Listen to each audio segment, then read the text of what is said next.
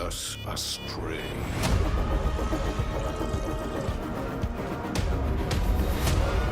The consequences of your actions here are irreversible.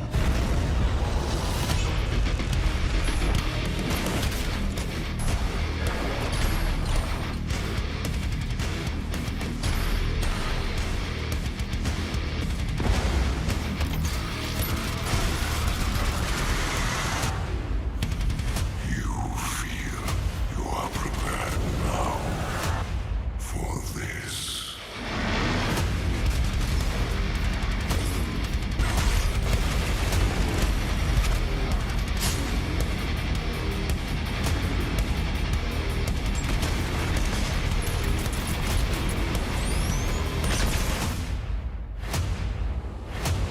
Your reckless mission ends now.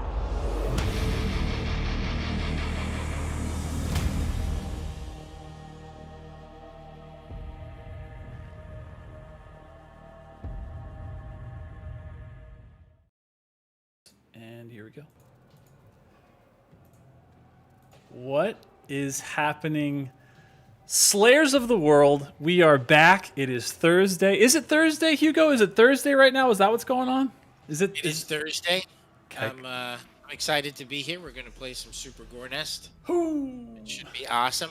How am I doing? Am I centered? I don't have my second monitor set up this time, so I have to use your guidance, Josh. How are we doing? You're looking great, man. Looking Nice. fit, looking ready, looking like you're ready to take on Super Gore Nest. I was just looking, it has so many secrets and stuff, and we were trying to talk about it before chat. I don't know if we're going to do every secret. We know it's the best way to upgrade the Slayer the fastest because you get those little bonuses at the very end, but we're going to do our best. But if you're just joining us for the first time, first of all, welcome, hello, how are you, konnichiwa, and all of the other language. The deal is this. Sitting directly to the... Oh, damn it! I did it the wrong way. Sitting directly to the screen left of me is none other than Hugo Martin, who is game director on Doom Eternal at id Software, and he is going to be playing through all of the game. 1 week at a time. We are on Chapter 5, as you just said now, Super Gore Nest. Hugo, how you feeling? What you thinking? What's good? Doing good.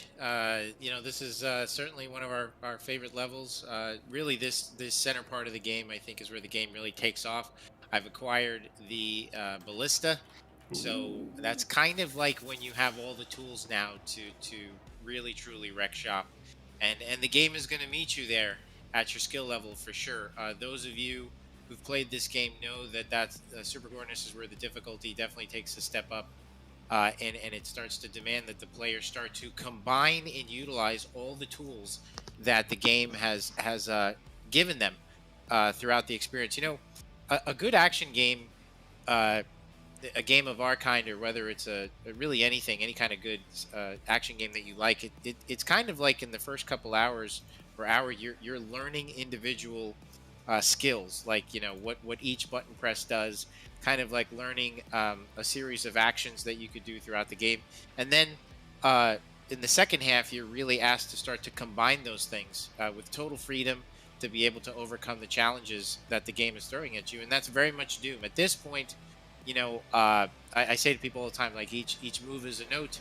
And at the very end of the game, and the controller or the mouse and keyboard is an instrument. And at the end, you'll be playing that thing like Eddie Van Halen when it comes to Doom Eternal. So that's really kind of the fun of Doom Eternal, is like you really start to be able to do things you didn't think you could do before. I think it teaches you how to play it and how to master it. And through that mastery is where really satisfaction comes. I think the highs of Doom Eternal are very satisfying for sure. So every week, just to let you guys know, we are always watching the streams and staying on the social, the forums and stuff. And we see all you new black belts out there who've mastered the Doom Eternal experience, just putting on a show, putting on a clinic. I'm friends with a lot of the moderators, as is Josh, and they're always bragging on you guys, telling me about how we've got a whole new crop of beasts out there dominating the experience, and then honestly taking some of those skills and bringing it over to battle mode, because that's where the true test is for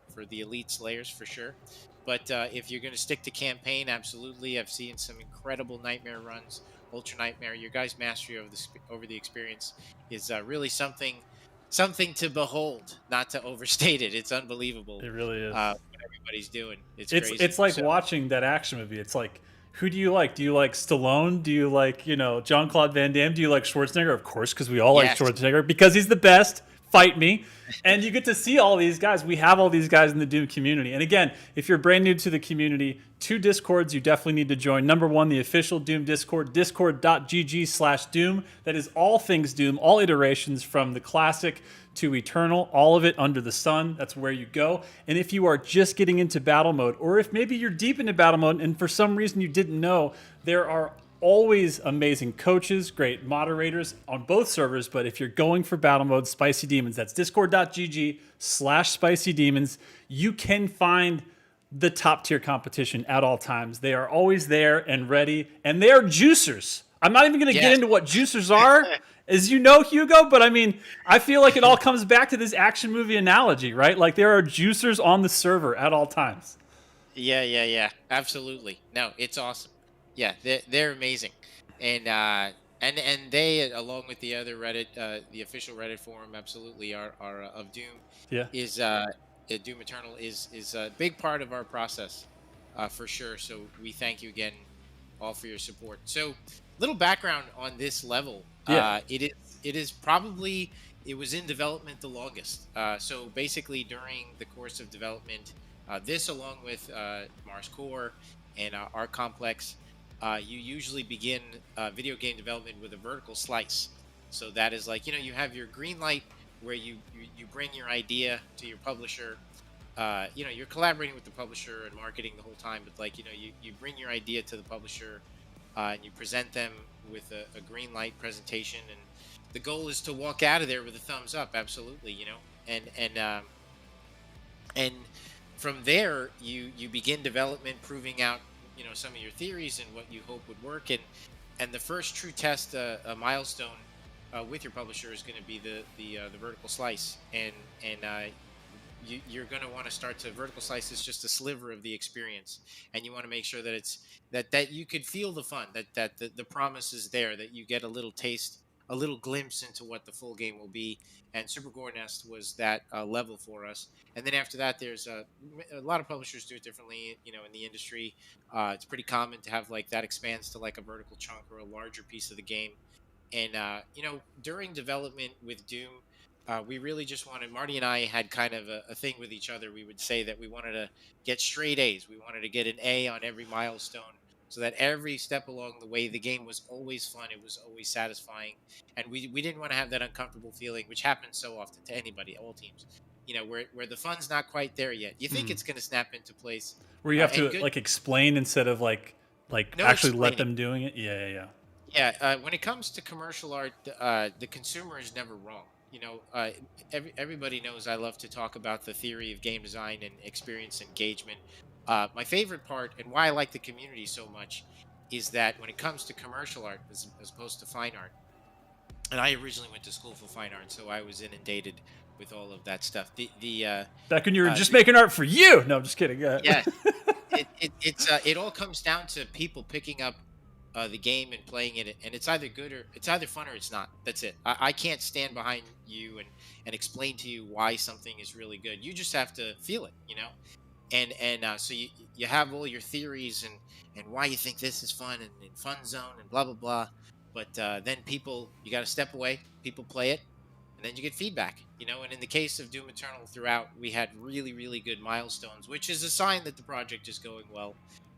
Big credit to the team and everyone involved for making that possible. I'm always, every week, going to just give massive love to the amazing developers at id Software.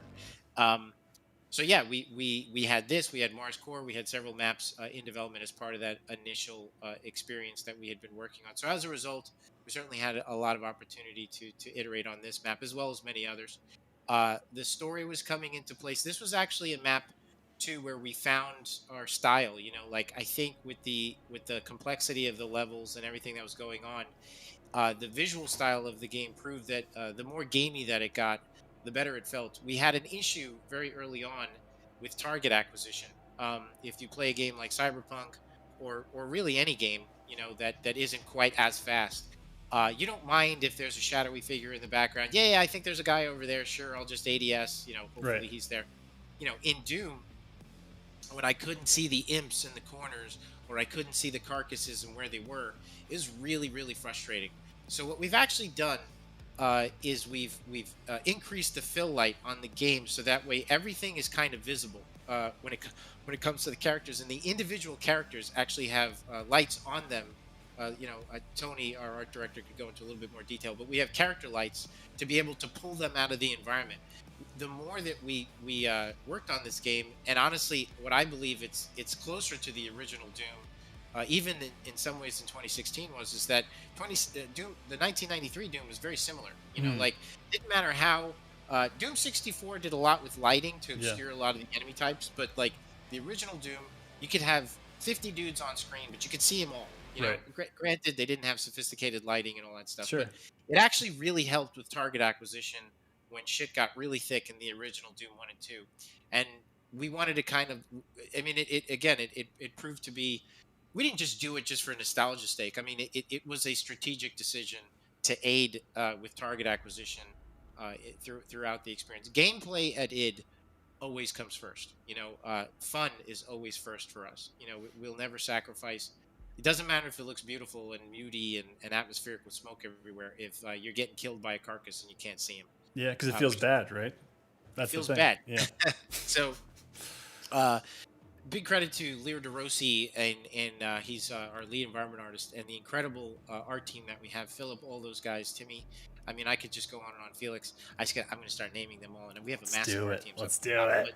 But, get them out here. Bring them all out. You know, really, the idea is beginning concept. You have to have a really good idea, and visually they did tremendous work.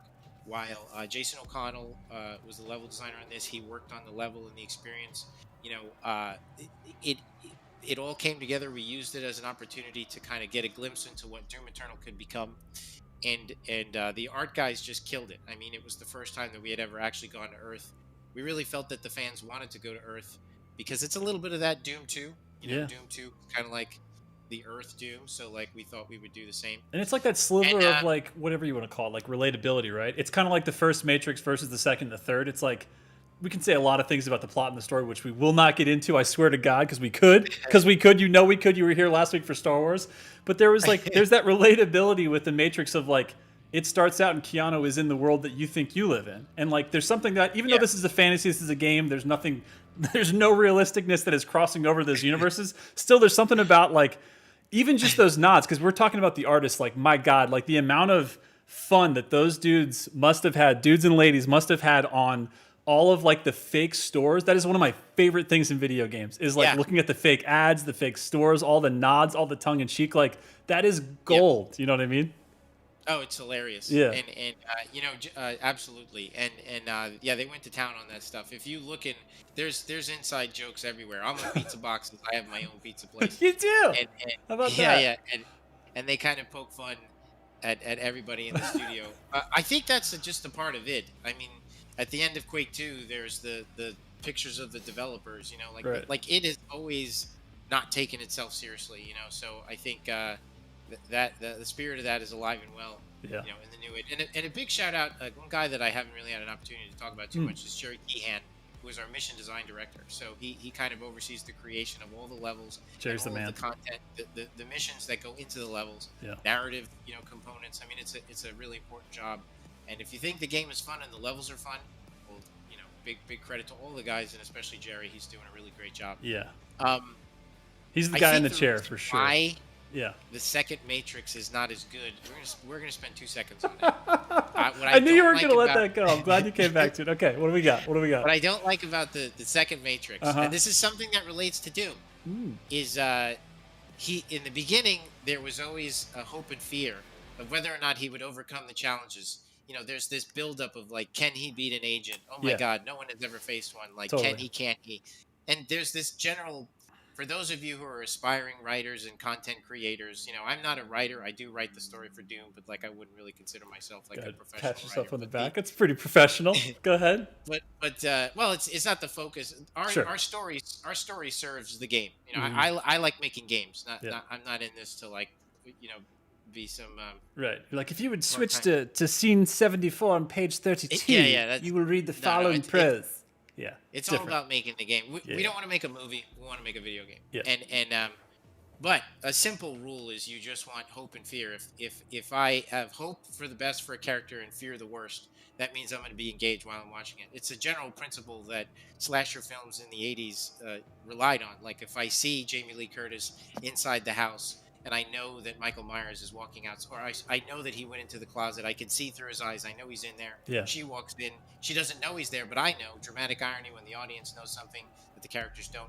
But I hope and fear. It's very intense at that moment. Mhm. I hope she'll make it out. I fear that she won't. That little loop is what slasher films do, and I just feel like that was gone after Matrix 1 because he became God.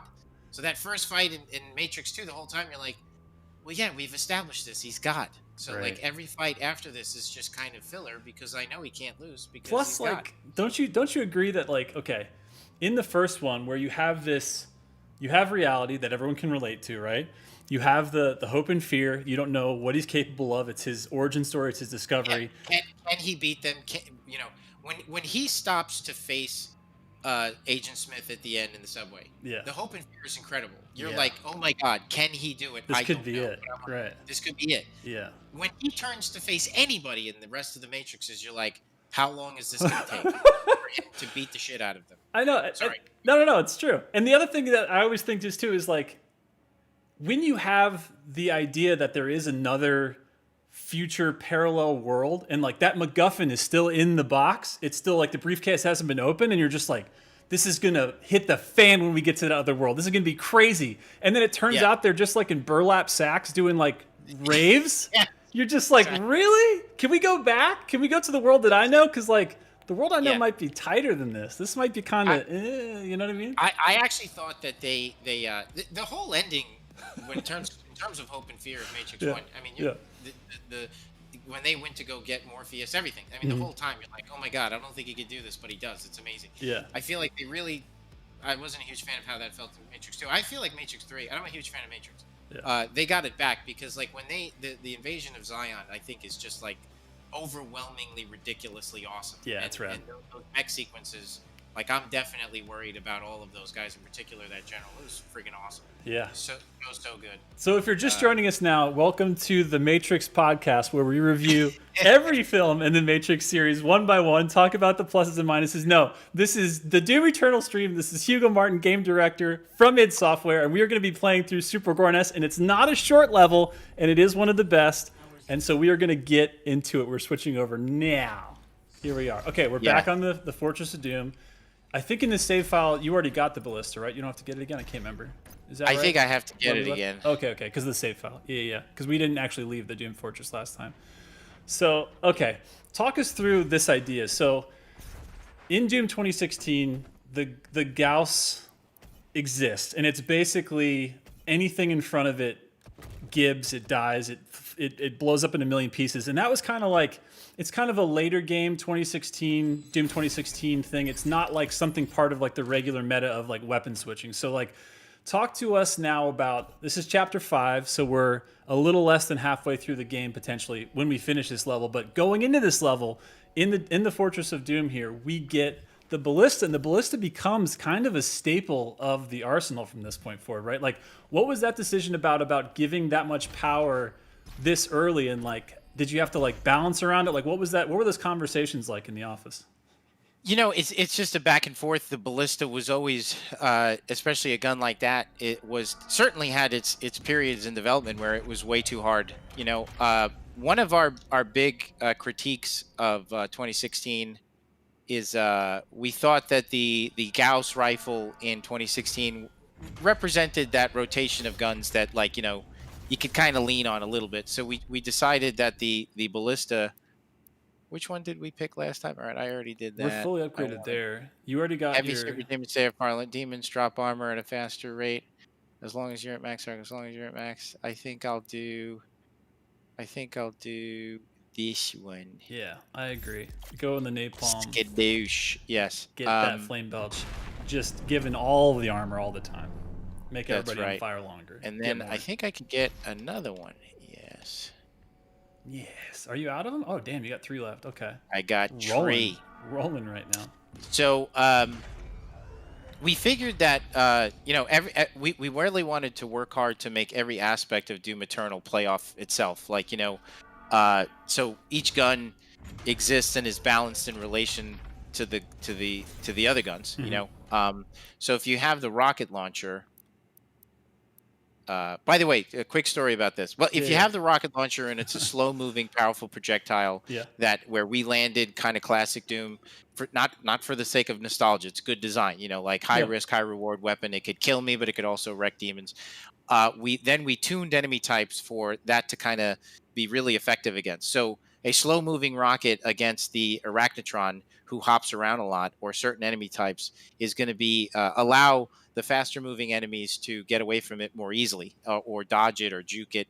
And in some cases, they actually do are intentionally programmed to be able to do that. But then it should frustrate the player. Should feel like the rocket launcher is amazing, but then, god damn it, yes, we have lock on to kind of counter that, but like overall, you're sort of like, damn, I wish I had something that was as powerful but a little bit more immediate.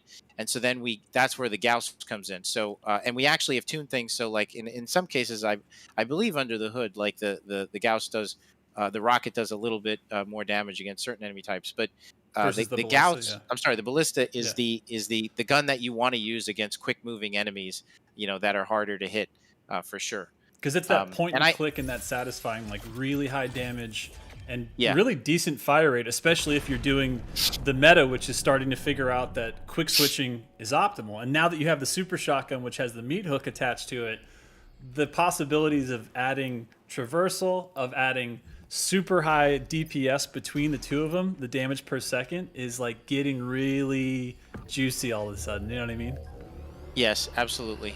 Fans, as much as we would like to make this thing the God Killer, we just didn't want the game to become unbalanced.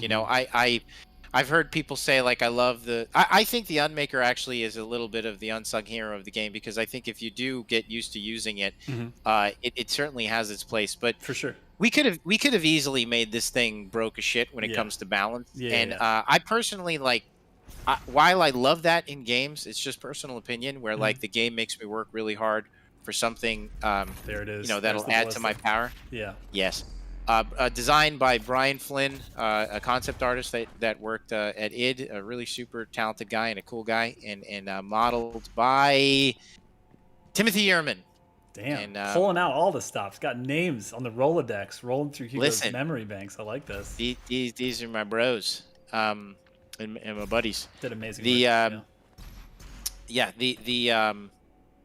So a quick note on those Sentinel crystals and how you have to pick the two in order to unlock the one. So in 2016, like, people ask me all the time, like, oh, well, the ideas for Doom Eternal, did you look at this game? Did you look at that game? Hey, it's hard. Do you like From Software games? It's like, ultimately, the best thing that you could do, and this podcast is as much about, tips for young aspiring designers as it is anything, 100%. and fans of the game, but like, just let your game tell you what it wants. That's the best thing you could do. Like, play your game, know your game, and it'll tell you what's feeling good and what's not. And then certainly if you're fortunate enough to be allowed to make a sequel, well, man, you're in a great position, because you could look at all of the things that worked in your game, maybe things you feel like could have been better. One of the things about 2016 was that if you played it a lot, you noticed that people would fall into optimal paths. They would basically just like fill columns of stuff that they liked, which is great. But with this setup, because if you invest in two things, you unlock the special ability. It kind of encourages you to mix it up, to not just go health.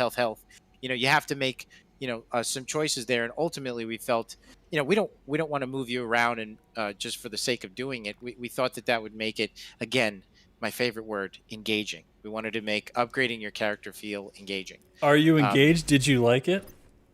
Well, I subscribe. liked it because I feel like engagement just simply means I'm thinking. So I feel like, I had to make some choices there, and I liked it. And Yeah. then Whereas before you there's just get an upgrade and you have it, and it just like they just kind of spill out one after the other, and you get more powerful without really having a lot yeah, of agency in like how that happens and how, like, you can look at how you're playing and go, you know what I really could use is armor, but if I fully upgrade this instead of just going armor, then my flame belch is better. Period. So maybe I should do that. That's cool.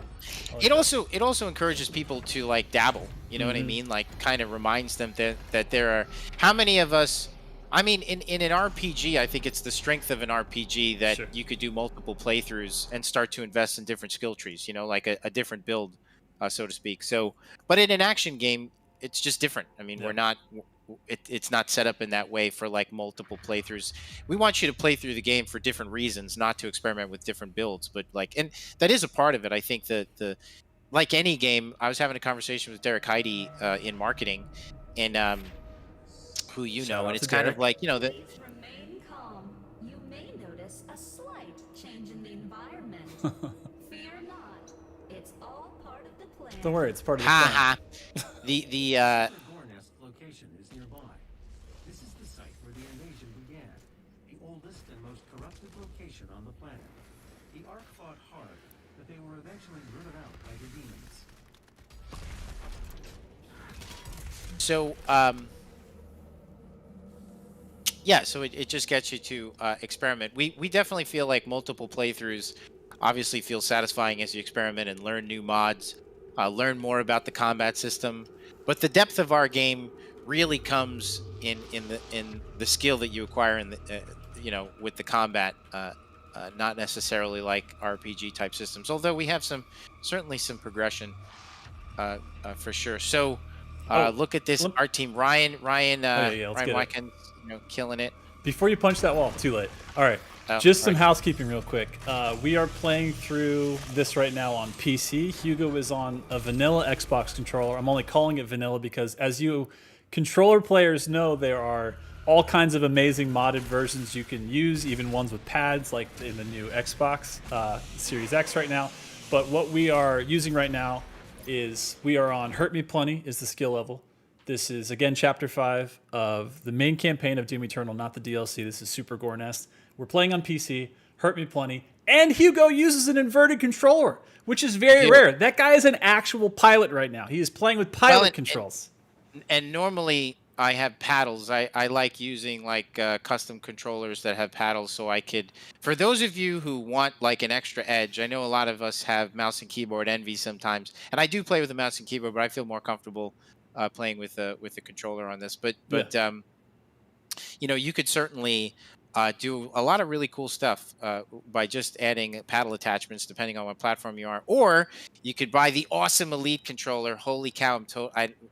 Sell it. Sell it. I'm not getting paid to sell it. Too late. I've You're always selling it used now. the Elite. I really love it. like the Elite. Heads up, Phil. I'm doing my job. But the I was like, and also visit the gear store for your Kakadu. Sorry, we're done. We're done. No, go ahead. What were you saying? that's right. Hey, you know what? Just so you know that I'm not selling stuff. I just got this. I just got this for my Oh, kid. wait. I'm going to go full two-shot for a second so we can see this bigger. I am so Damn. stoked. Yeah, look at that. And it Holy came hell. with now the environments are totally painted. And I'm sorry, I have to paint them. But I was gonna say, it I comes was like- with all the I'm so stoked for me and my son are going to play this. Hell and yeah. we're going to be doing that pretty soon. I got this sitting over Nice. here. I've always shout out to the big fans out there who play Warhammer. I've always wanted to play Warhammer, never really had the chance. Work, school, my kids are really Life. young, but now my son is he's 10, my daughter's 8, and they're getting old enough that we can get into some of the cool hobbies. It's and time to went get in there. Oh yeah, I went to Games Workshop and I was like, all right, let's get started. Hell So me and the kids are stoked. Dude, that's awesome. That's a And perfect also stay-at-home activity. we're not right getting kickbacks for Elite controllers. We're not getting kickbacks from Warhammer. there. I was gonna say we're here to nerd out. We're not getting Exactly. kickbacks for criticizing The Matrix.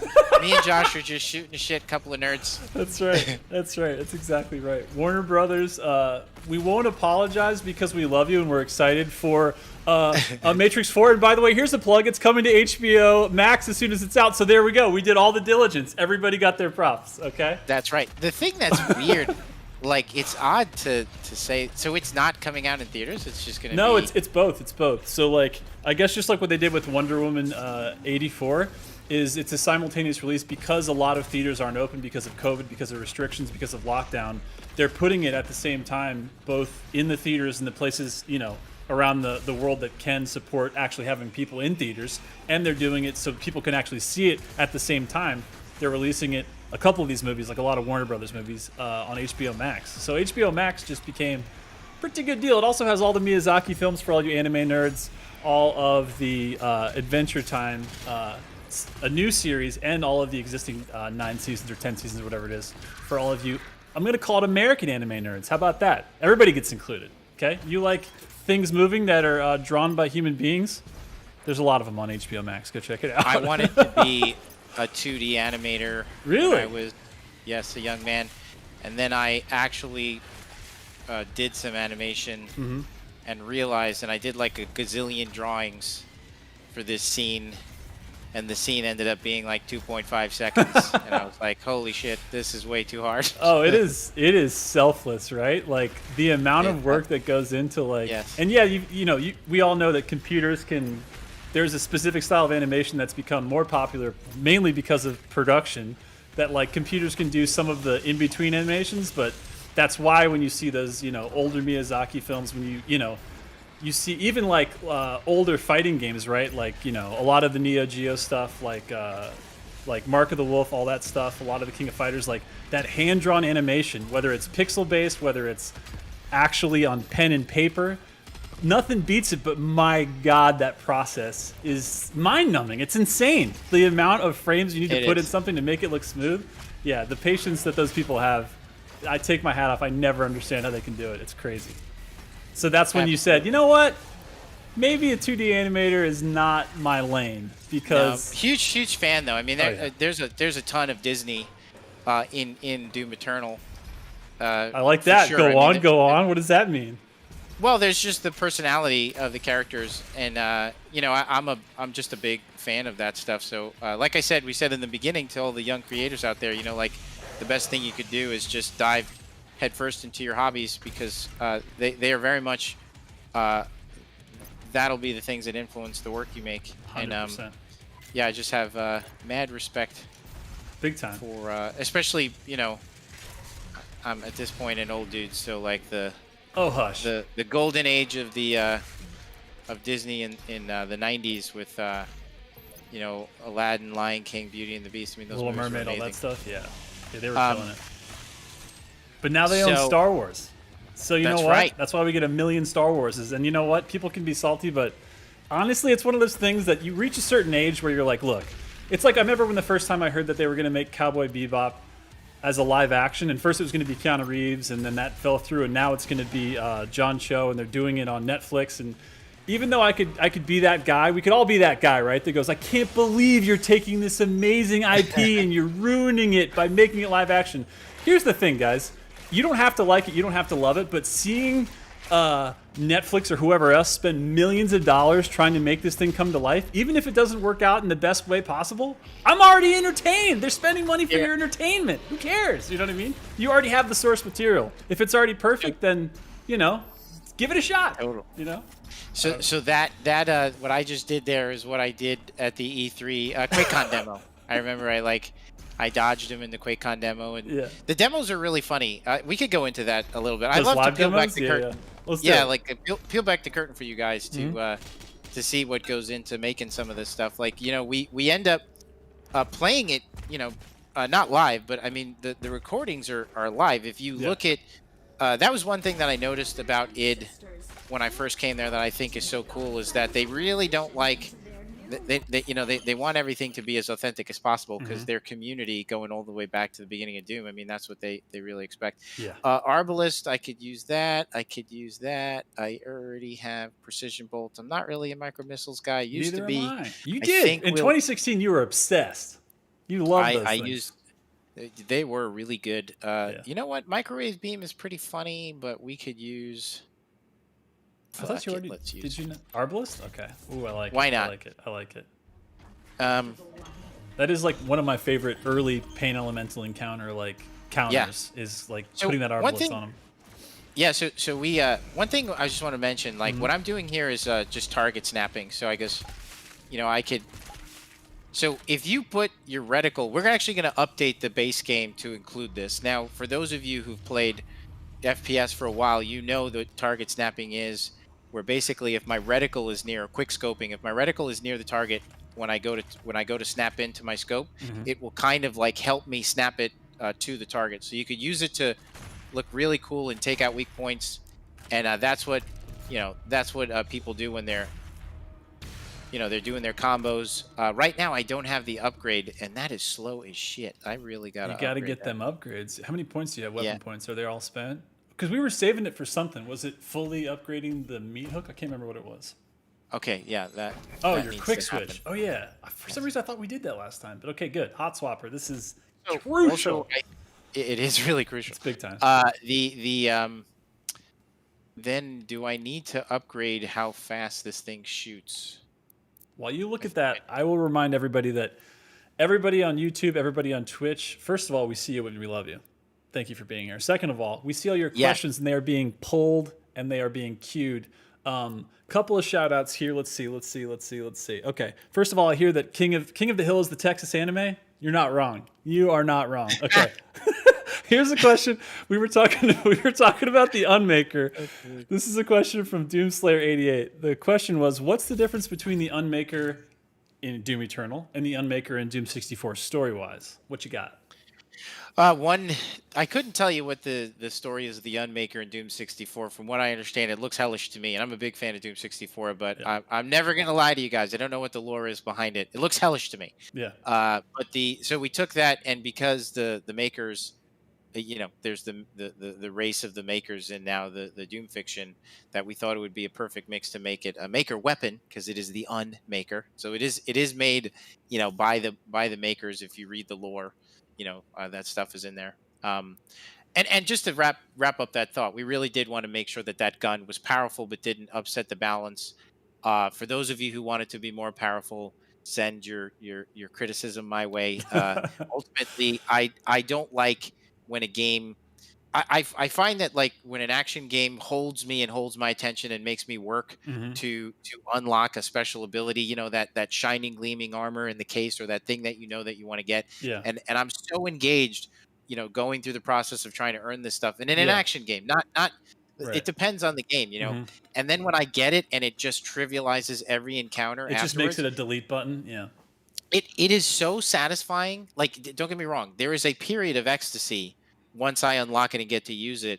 But what I find is it's basically I start heading towards the exit. You know what I mean? Like, I'm just, because you can only delete things in a game for so long. You know, like, where all I have to do is walk up to something and hit a button. Yeah. So I didn't want it to become that. That's fair. But it's hard. I mean, don't get me wrong, because I'm like, maybe we should make it stronger. But No, it's good. Here's a question for you. This is my personal question. This is coming straight out of my nerd logic mind. Okay, if the makers of the race of makers who live in a sort of heaven, if they themselves made the weapon, was it them that made the weapon and named the weapon the Unmaker? Because that seems like if we made, as humans, a nuke or something and called it the Unhuman, like, what's the deal behind that? Like, is it like it fell into the wrong hands thing? Is that like we call it the Unmaker due to the fact that it unmakes everything it touches? Or, like, what's the deal with the name being Unmaker? Other than the reference to 64. Again, we're always going to keep it real in here. Yeah. I only responded to the fact that it's called the Unmaker, and we had a race of demons called Makers, and Totally I just fair. thought, just ram that in there. Yeah, And no, I it's said, perfect. the Unmaker. As far as the fact that it actually yes, does everything you just said. Yeah. We didn't really think it through enough. That's fair. That's fair. I But love it. I love but it. It's good. It's the but you can same. probably, you know what, guys, like you know, Doom Let's start lore calling it Derm. is just Dermler. I love it. Let's go. Dermler, hit me with it. What do you got? is just fun to dive into and make, and just nerd out about it. By the way, like I've always been a massive 40K fan, like, and never had really time to dive into the hobby Until now. yes, exactly. That's awesome. But I've always just loved the fiction, and that's the fun part of Doom. I think going back to the amount of personality in the characters, and then certainly the lore is part of that. So like I think I love to hear the fiction that people make up about the game and theorize about it, and we've got lots more of that coming in DLC 2 for sure. Like we're not done yet, guys. There's plenty more to add to the story, some twists, some turns. I think you should you guys will like it a lot. Okay, buff totems, here they come. So Got buff. just looking for different ways. Prioritizing targets is part of the fun zone. I mean, the fun zone is not a joke. We take it very seriously. And we have, instead of you just killing whatever is in front of you, what we know going back to 2016, what the game told us was good. There was a spark of fun that we felt like we could steer into even more in controlled instances to be able to break up the pacing. That's it. Like, I just had a full on fight where I was killing dudes in a tight little space, and it was really fun. I don't want to go to the next space and do the exact same thing, So what we want to have is puzzle pieces in place to be able to break up the experience and change the pace of the fight. I think Jason O'Connell did an awesome job here of prototyping exactly one of the best case scenarios. For this is an introduction to the buff totem, and a big credit to the designers, Robbie, Roberto, and all those guys for putting it together. I just think the so much of what it takes to communicate, we're constantly communicating things to you, and so it's a big credit to the effects team and everyone too, that you very clearly can identify it in the space. You know what you need to do. Totally. There's nothing more frustrating than a mechanic that is kind of hard to understand. Yeah. And I love it too how, like, the coolest thing to me about the buff totems isn't the fact that you get stronger enemies that are buffed that become even faster, but I love how you can take enemies that are fodder enemies, and all of a sudden it's like everything is 2 or 3 times as much of a threat. You have to keep your distance. You have to find that buff totem. You have to hit that buff totem with that beefy arm of yours. Like, I love the fact that it just like changes, like, even just temporarily, the way that you basically approach the encounter. And as soon as you crush the buff totem, like, you get a little reprieve because you're like, all right, everything's still dangerous, but now at least it's like the pace I'm used to. You know what I mean? So I love that there's like multiple layers to it, and the fact that like there's the before you find the buff totem, and like when you're desperately trying to find it, and then there's the after. Both still are dangerous, but like it's just the fact that, like you said too, look at that, like the effects that are on that Prowler right now is out for blood. Like the effects on him, it's like very clear that he is moving fast AF. I love how you're just like, should I collect the power-ups or should I and I love too how it's always that guessing game of all those teleporters. I love the level design there where it's like, it's behind one of these, there's a lot of cookies, there's a lot of goodies. Ooh! Denied on that one. All right, there we go. We found it. So, buff totem found. So a little story behind that. Yeah. So this moment, Prowlers, we had more Prowlers in there. Little secret, possessed Prowlers are crazy, and obviously, and at one point there was more. And at the very end, we saw UR feedback, and we try to track where people get stuck. Stuck is like, I tell people, like, I don't care if they die. I mean, if they die and they feel like they know why, that's great. But there's certainly a point where frustration can boil over to just flat out frustration and non-engagement, and overshoot the mark. Totally. So, and you're always just trying to, like, it. That's a subjective opinion. Right? To some people, a jump puzzle might be too hard. To others, it's a piece of cake. So, but in general, we felt like there was a lot of Prowlers in there at one point, and it was awesome. It's very hard for me to divorce myself from my opinion of what I think. So, of course. I know the game. I'm good at the game. Clearly, like one of the best players who's ever done it. And so, I loved the number of Prowlers that were in there. But we were watching the feedback. It's like we had to dial it back. And honestly, some of the encounters are just 1 or 2 Prowlers away from being a little bit too hard. and then we purposely trying to keep the landmarking in there. It was good that it was obscure. I love that. I've done this. I can't tell you how many times I've done that. Like And it's like, for do the you last, remember which I've been playing teleports? this now for 3 years, Yeah. and I think in the course of 3 years, I played that encounter. I don't know how many times, Yeah. 100 times. Yeah. It's a ridiculous amount of times, Yeah. and I still don't know exactly which one it is. Like I just forget which one it is, and I love that. I Yeah. mean, I think it helps. I mean, it's not impossible to figure out which one No. it is, but it is just cool that the experience can be continually engaging no matter how many times you do it.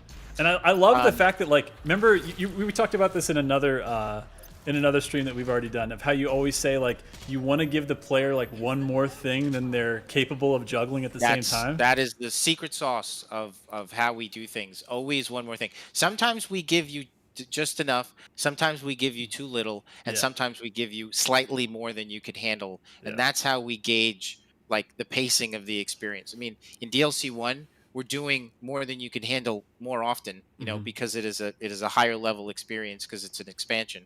Yeah. But in this game, a single Hell Knight in a hallway, we call that like a white belt encounter. That's meant to make you feel good about yourself. You're Yeah. going to level him. You're going to walk out of there and feel like you're God. Yeah. And then an encounter like that is one more thing than you can handle. You know what I Right. mean? And kind of keeps you on your toes. And you really have to be pushing forward in order to succeed. So what are we picking here for a rune? The faster glory kill I already got. So Yeah. I'm pretty much going to roll with the runes that I have for the rest of the game. For fans of the game, you know that the hold in midair thing will allow you to take out weak points pretty easily. Personally, I think that tutorial should actually show the player taking out a weak point. I think we Great. need to update that, Josh. You heard that. You heard it here first. It's coming down the pipeline. It might not be the next build. It might not be the build after that, but it's coming. Because this is what we I do. think We we look should. at Hugo looks at the We're game for the updating- 9,000th time and he goes, on 9,001, I think maybe this one thing should be tweaked a little. Yes. Empowered demons. Nice. Cool. So we are going to update the game with a quick scoping tutorial, and we are going to update the game with there is a quick swapping tutorial, basic quick swapping. This is basic quick swapping. All I'm doing is tapping R1. And by the way, to the fans of the game, and Mayo and I had a conversation about this, and I think it's important to talk about, is that you don't have to quick swap when you watch our top players play, and there's lots of them. They're going ape shit. You don't have to do that. Like Right. that is when you watch Josh play, he's playing at a hyper advanced level. He's doing an Ultra Nightmare 1. This is like next level excellence. The game is definitely not balanced, the base game, to require you to be switching, hyper switching. I call it hyper switching, Like that. where you're doing it between like 3 and 4 weapons. We got to get the lawyers on that. We got to trademark that. That's good. Sorry, go ahead. Keep going. You could play the whole game on up to ultra violence, I would say, with not even quick switching at all. 100%. Yeah. Because you could ice bomb, you could grenade, you could burn. Like if you just use the tools, and all the way up to nightmare, I would say. Yeah. If you just use the tools as they are prescribed to you, you could be successful. Yeah. Basic quick switching of just simply tapping R1 or cycling through 2 guns, which is something you would do in any game. I would recommend it, but not required is what I'd say. What is and we're actually updating the game with this little piece of information. It's going to be in DLC 2. It'll go into the base game. Is like what the game does require is full use and understanding of your upgraded tools and abilities. Like you need to be using not every mod, but if you're not ice bombing and grenading and burning and taking out weak points and blood punching, you're not going to succeed. Like you got to just do the basics. Right. And if you can do the basics and combine them together, you're going to dominate, and you don't have to worry about not being, like to Matrix as you walk through and, Right. which I think is amazing. Yeah. Yeah, hey Kyle, all those juicers, Zan, of course. Like when you watch their streams, when you watch them play, like it's hard to even tell what weapon is coming out Yeah. next, what just got fired. It's just like stacking the damage as fast as legitimately the game can handle switching weapons between A, B, C, D, E, F, G. But the cool thing is like Hugo just pointed out, like the same button that's the weapon wheel for controller players or for keyboard and mouse players, whatever the last weapon you switch to, instead of holding it for the weapon wheel, if you just tap it, it'll always just switch back and forth between the last 2 weapons, which is super handy, especially when you're you're in the middle of shit and you just can't think, wait, what's the perfect tool right here? Like, I just need to do damage. Something's in front of me. I need to get it out of the way, you know? And you'll watch as I play a lot. You're like, yes, I'm doing basic weapon switching quite a Mm-hmm. bit, because why not? I mean, and also I played a lot of battle mode, uh, obviously, and you know, you definitely, so everything I just said Yeah. about weapon switching not being required for Yeah. the base game, which is true. Yeah, it's absolutely required for battle mode. Like, Yeah. don't step on the battle mode field without being Pretty very proficient, competent. yeah. Yes, you got to be proficient. You Yeah. know. So again, and do I think that on an Ultra Nightmare run, you should know how to quick switch? Yeah, Yeah. yeah. I don't think That's a that's an different story. option. Yeah, I don't think. No, you, no, I would Ultra love to Nightmare- see someone not quick switch and beat Ultra Nightmare. That's the new No, run, yeah, that's guys. impossible. We want to And- see and it. that's- Do it. That's what people have to aspire to in Yeah. Doom Eternal. I Yeah. mean, that's why I say it's not required, but then by all means, it's like it's what you can aspire to be able to beat the game on the hardest settings. You Yeah. know, Ultra Nightmare runs where you real or I mean DLC Ultra Nightmare run, Master Level Ultra Nightmare run. I mean, like, yeah, you probably need to be doing that. But even then, I don't think that it demands much more than basic quick switching. Mhm. You know, like what is critical, and I pause right there because I just did it, is you saw that, like, at any given time in Doom Eternal, you can reacquire like half or if not all of your resources if you're smart. When enemies are grouped together, I can ice bomb them, and if my ice bomb is upgraded, I'm going to get health when Right. they die. And if Yeah. I burn that group at the same time, I'm getting health and armor. And then if I kill them or chainsaw one of them, you know, I'm just getting all of these resources, ammo, health, armor, at the same time. So it is less about, you know, hyper switching and Mhm. just more about understanding The and right- knowing how to use your tools. There's a guy 100%. who I talked to on Facebook, Gerard Smith, and I asked him about his engagement with the game because he was vocal. I mean, he's a Mhm. fan of the game. He's a big fan of 2016, and he didn't like Eternal for the first week. Mm. And when you guys complain about the game, just know I read all of your Oh my quotes. I God, track. Hugo really I- does. I'm like, I hey, track. this is a thing, Yes. and I'm like, Hugo's like, look, I've already talked to the guy. Here's the thing. He wasn't, and I was like, damn, Hugo is everywhere. So I wanted to ask him like what Mhm. the difference was, and it was really cool because, like, and I knew this would happen. This was what Yeah. we hoped for in development, is that he didn't want to meet the game. He was playing it a certain way, and through honestly, he said the excellent footage that people were putting out there, he learned how to play the game. He started just playing the game the way it was telling him how to play it. You know, Sure. at a basic level. You know, Right. we're not overly prescriptive of like, you know, use this exact mod in this way, Right, but like, right. you know, the basics of like burning, icing, you know, grenading, weak Chainsaw, pointing, and blood punch, all that chainsawing. stuff, You know, yeah. and he said once he started doing that, you know, his engagement with the game like skyrocketed, and he said he likes it, you know, quite a bit more than 2016. So Yeah. I do feel like, and that was awesome. You know, like, and look, if it doesn't grab you, that's fine too. Sure. You know, like, Yeah.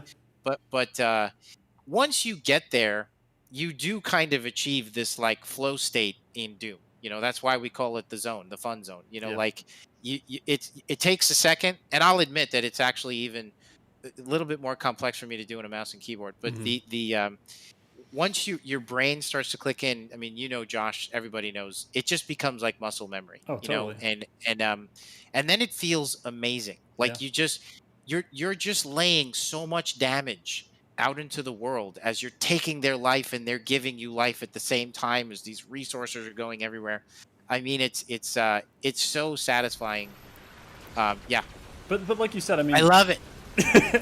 like you've made this point multiple times of like you guys with Eternal versus with 2016, where you were just proving out that this is the new id. You know, we can take this franchise that hasn't been alive and well in a really long time and both pay homage to it and then, you know, take it a new direction and do new things that make a new id. But in Eternal specifically, you said multiple times that you guys wanted to make a game that was worth your time to master. And, you know, we talk about the black belt analogy. We talk about martial arts a lot. We all know you're a jiu-jitsu master. And in the words and in the stylings of Sensei Martin-san, I'll just say that, like, that is kind of the beauty of it, is like, it's like the first time you ever go to a martial arts class. Like, they give you the gi and you're like, oh, this is cool. I want to wear this. This is tight.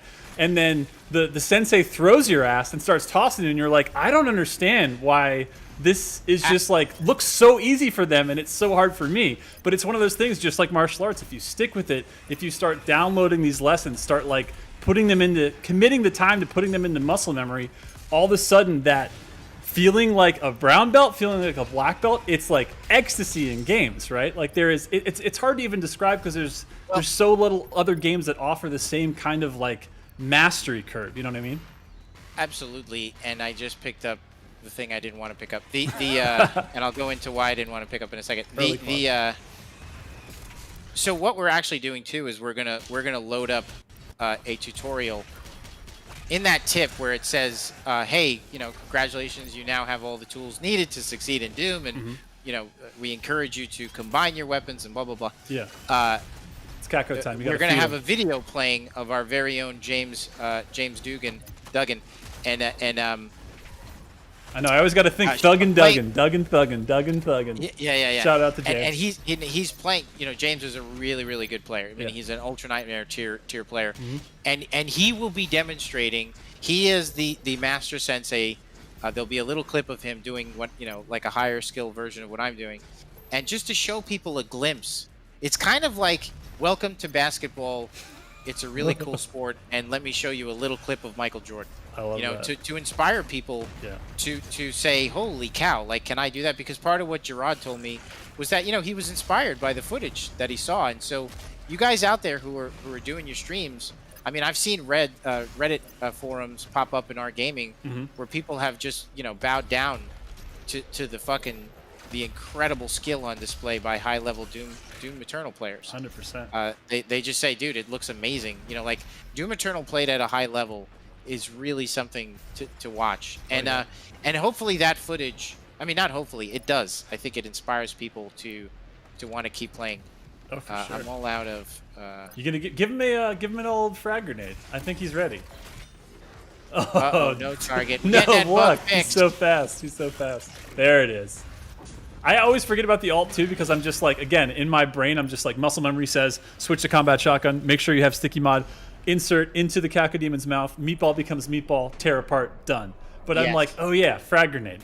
That is like the other one that it's a little harder to aim if you're not used to doing it all the time, but like works just the same way. So if you're out of ammo like Hugo just was, frag grenade, Cacodemon, there is the option of always doing that. And again, once you upgrade that, you get 2 at all times. So it's a nice, but yeah, exactly like you said, like a lot of us, not all of us, because, you know, we were all born at different times. It's crazy. We wanted to be born at the same time so we could all relate to the same things, but we weren't. We were born at different times. So like growing up with like that 90s basketball with Dream Team and stuff, it's like those things never go away. Like we all thought at some point, like that Gatorade advertisement, whoever you are at Gatorade that figured this out, that Be Like Mike, you will live in infamy because it is like one of the strongest, most amazing campaigns of all time because we all wanted to be like Mike. Like you see Michael Jordan play basketball and you're like, I love basketball because I love the way he plays it because it's beautiful and I aspire to be like him. Even if I never get to that court, it doesn't mean I'm not outside in the middle of the night, you know, sweating under a street light, trying to make those fadeaway J's. Like it's happening. Am I wearing Jordans? I am. You know what I mean? And the same goes for stuff like it started with, you know, old school with Thresh and those dudes playing both Doom 2, playing Quake, playing all that stuff, all the guys in the Quake Pro League, and especially you have all of these sweaty juice lords that are in chat right now that stream all the time, and they show you the way Doom Eternal can be played when like the black belt is just like perma on, like you don't even have to lace it up anymore, it's just like attached at the hip, and you're like, it's inspiring. It makes you want to go in and play more. It makes you want to try some of this crazy stuff. Absolutely. And like I get inspired, honestly. Totally. Like I'll watch footage and it's just beautiful, you know, and that's yeah, I honestly that is how my jiu-jitsu experience was when I first went. Was I rolled with the guy, the black belt in my first time, and he basically, it was like me playing, you know, wrestling with my 6-year-old. And I found that to be fascinating. You know, like I was just like, what are you doing? Like why is this guy so easy? No, wait, that's what he's thinking. I'm the one getting tossed around like a child. Yeah, and I didn't not to say that I didn't expect to get, you know, tossed around, but just the way in which it happened, I found it to be fascinating. Just this control, you know, how someone can control what direction and speed you're going with, and everything about like your energy and your flow and your intention just going wherever they want it to go, right? Yeah, and it inspired me to want to keep going. So I think, yeah, the footage of people playing, and that's why we're going to put it into the game, is something that we know people, you know, give them something to shoot for. I don't think everyone who picks up Doom Eternal uh, knows what the game has in store for them. Sure. You know,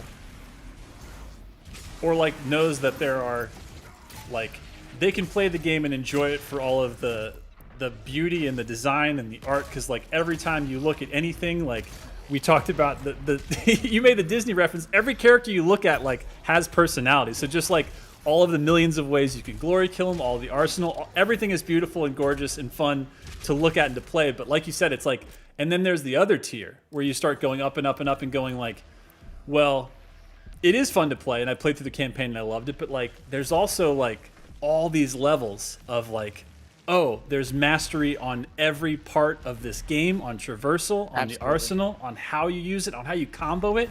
And that doesn't even just extend to like all of the amazing speedrunners we have out there, because you know we have love for all the speedrunners. I see Bite Me in chat, I see Devo in chat. Like, I mean, Bite Me is one of the grandmasters, dude. Oh, yeah. I mean, that guy is crazy at the game. yeah. I mean, I remember. I know all these guys.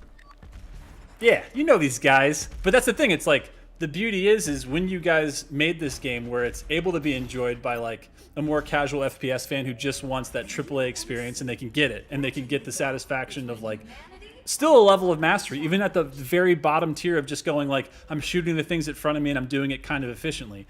But then it's like you said, it's like this game has given the what do I want to say? It's like it's passed the baton of the fact that there can be Jordans, there can be Pippins, there can be Olajuwons, there can be, you know, Magic Johnsons, and it's like to see that happen from everybody at End Bethesda has been like, it's like both the most humbling and cool thing, and like kudos to all you guys for knowing that like the hardest thing to do is to make something that has those levels, I would think, you know what I mean?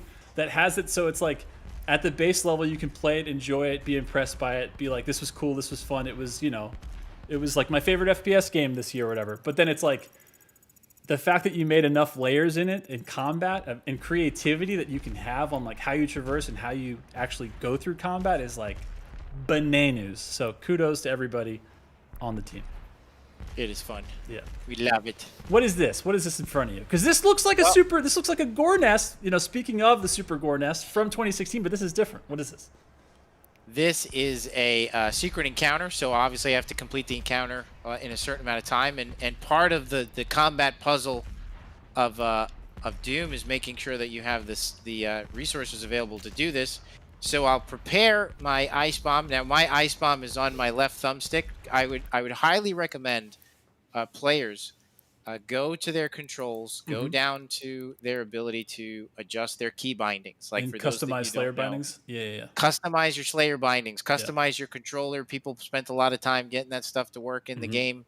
These UI guys, AO, Jamin, you know, Dave Rose and his incredible team, Mikey, these guys, Peter, these guys work real hard on getting all this stuff in there for you. And so the ability to switch, notice how I'm switching between grenade and ice bomb with ease. Yeah. You really want to be able to do that. So I just want to make sure that I could snap real quick between these two things. I'm going to make sure that ice bomb is ready, and I'm going to freeze whatever is there. This meaty boy Mancubus, who was there for all of like 3 seconds. We're going to kill him. Carcass, fodder, it's all got to go. And I love this. Like, again, I love the way that you guys mix this up, because like you fought all of these things before, but there's that risk reward of going, you have a very fixed amount of time, you have to do it in that amount of time. There is a reward for doing it, which gets you points that end up helping you upgrade everything about your Slayer. And the cool thing is too, is if you screw it up and you're like, damn, I didn't get it in time, you can just pull it again, right? But again, the resources will be less because you just spent a lot trying to do it. So it's like, again, comes back to that loop of resource management of like, what do you have to do to get more health, to get more ammo, to get more armor, which is something you just always got to have in the back pocket. You always got to be ready for it. I love the blood, blood punch on the pinky. I love it. I'll never get sick of it. Yes. It's just correct. So far, I've had no real blood punch failures, but we know that the blood punch is missing a little bit. Oh, so by the way, the thing about the chain gun, everything has its use, right? So if we go to Codex and we go over to Jedimage, and then we look at the Dread Knight, we will see the chain gun can quickly falter this demon. If we look at the Hell Knight, the chain gun quickly falter this demon. So if you keep digging into Doom Eternal, you'll see that there's a time and a place, right, for all these weapons. That's right, and I say that, and I finish him off with a super shotgun. But you know what I'm saying. Old habits, man. Old habits. That's right. But no, that's a really good point. It's like, again, I think that's another huge difference. Like, obviously, Doom 2016, there were certain weapons that were best case scenarios, but like, we talked about this before, and we'll talk about it every time we play the game. It's like, in Eternal, the way that you guys at id Software took basically the Swiss Army knife, which is like the full arsenal, which you can look at so beautifully in like the weapon wheel, and it's even color coordinated to know what ammo type it takes in Eternal, which is a nice addition. Oh, but that was a lot of work. I bet that was. Weapon wheel for the first time. It was just like gray, and it just went around, and you're like, what the hell is that? I remember at the demo, what is with all the color? Right. I knew that like once people played, they would see why the weapon wheel is the way it is. Like, it takes me a millisecond to know. Guess what guns are out of ammo, guys? So here's the thing. This is a perfect example. See the screen? Yeah. If we're going to push you as far as we're going to push you and really, make you feel like a ninja and all that great stuff, man, we've got to be communicating. Again, it's a race car. You've got to be communicating information about where your resources at really fast, So when you bring up the wheel, bang, 2 seconds, I'm out of resources. Yeah. I love that too, because like everybody, whether you know it or not, the HUD is the heads-up display. But I feel like in Eternal, it's especially a heads-up display because, again, when you're driving that Ferrari at maximum speed, you're doing double dash, you're chaining things, you're going so fast. You need to just be able to glance at everything you see and just get the information you need. Just download the data without having to stop and pause and look away from like the center of the screen. Which is, again, why Hugo said in the DLC, what is coming to the reticle, Hugo? In DLC 2? I left that. I gotta go. The Sentinel get that. battery? Yeah, you gotta get it. I need that. But you were saying, we were talking about the heads-up display, you were talking about the reticle, you were saying what is coming. This is last week. Just to recap, you were saying there's a new addition to the reticle system coming from the DLC 2 update. And the fact that I don't have it right now is driving me crazy. There are many things about this experience. Yeah, I can't stand. I need the new weapon. Always forward, never backward. Yeah. Yeah, like the fact that I don't have that right now is driving me nuts. I don't even remember where this is.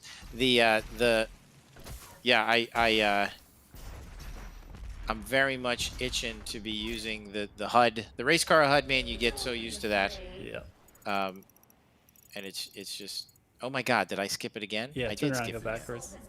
You gotta go from here. I think it's on the right at this point. Is that right? It's the other breakable. Is it through there? Take a look at your map. Let's peek at the auto map. Let's take a little look at Risk. Oh. There you go. Little traverse will never hurt anybody. That's not true. It hurts, okay, because it's toxic. But there are counters to that. You can get the little radiation. There you go. Give you some protection there for a period of time. But yeah, there is a new sexy in DLC 2, which the Ancient Gods Part 2 will talk about more when we have things like dates and stuff to talk about. But you know it's coming. You know it's what it is working on. But they have made a new update to the HUD, the heads-up display, that specifically adds things to the center reticle that at first you might think, well, you can't put more in the center reticle. It's where I'm looking. It's going to get in the way. How quickly you not only adjust to this, but start realizing that having things like the gas and how many pips you have, when the blood punch is up, whether flame belch is up, having those in the center of your vision just becomes so second nature that right now Hugo is playing and going, wait, how many pips do I have? Because I don't know where to look because it's not right in front of me because I'm a race car and I want everything to be like right there on that speedometer. Oh yeah, but it's coming. It's really easy to use. Yeah, it's slick. All right, so we got Dread Knight, and I think is there some carcasses behind you too? Look at this, I love it. Got the blood punch. He's on fire. Glory kill goes out. Now it's carcass time. I like how they tried to get the whip out, but wasn't enough. Wasn't enough time. They already got wrecked. Okay, so question time. Here's a question from chat. This is Ben Langley. Question is this, because we were talking about Warhammer 40k. This is tying into that. The question is this: is Hell its own living entity, or is it an extension of the Dark Lord's power and will? And then, as a side note, they said, "I collect 40k as well, so that's really cool to see. Other than that, thanks for making such a great game." It is it's actually a really interesting question, and it's going to be answered in DLC 2 in more depth. But I can say it is an absolute extension of the Dark Lord. Ooh, Uh, I love it. I love it. So we So, ended up getting some hints out here's there. I the like Easter that. egg. Okay. That might not be. What else is an extension of the Dark Lord's power? Ooh. That's the question. I want to see some videos theorized. That's a big hint. Ooh. And when you watch DLC 2, you're going to know what that means. So it's actually pretty cool. Get those videos going Yes, on. I that. love the Let's videos. go. I love the videos, Yeah. guys. I love when you guys make videos. I know I saw. There was a Go ahead. Yeah. there was a little tiff amongst our community recently. Mm-hmm. About what? I saw some Our community some tip? feedback. No, never. What about? What about? Now, I think that I have to say, guys, like, it is on the forums and on the Discord? the Discord and everything across the board, guys. I think we have such a healthy community. I love it, and even the little back and forth between the videos that I saw this week. I mean, the way you guys handled that was just so professional and awesome. You know, like. 100%. I'd like to. I really appreciate that, you know, and I honestly appreciate the honesty across the board. I mean, we're all pretty honest with each other, you know. Like Sure. you guys send us constructive feedback all the time, and you know that we're listening. Yeah. So I love how you're just like, I will not do the buff totem. I will not go to the Sorlag pit. I will kill every buff demon. It is my job. It is my mantra. Go to the Sorlag pit. Embrace it. Part of what engagement is all about is just keeping you thinking. Obviously, so that's what these things are for. Why are they here? It's not so we really like Mario. It's just so like we can make traversing through every inch of the environment, you know, really satisfying.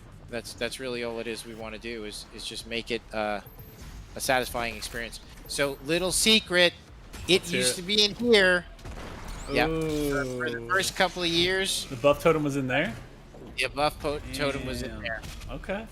and cool. then through testing, there's nothing worse than having an endless spawn of buffed gargoyles. Yeah, that could get frustrating eventually. Yeah, and people couldn't they couldn't put a stop to it, and so we moved it out there. Okay.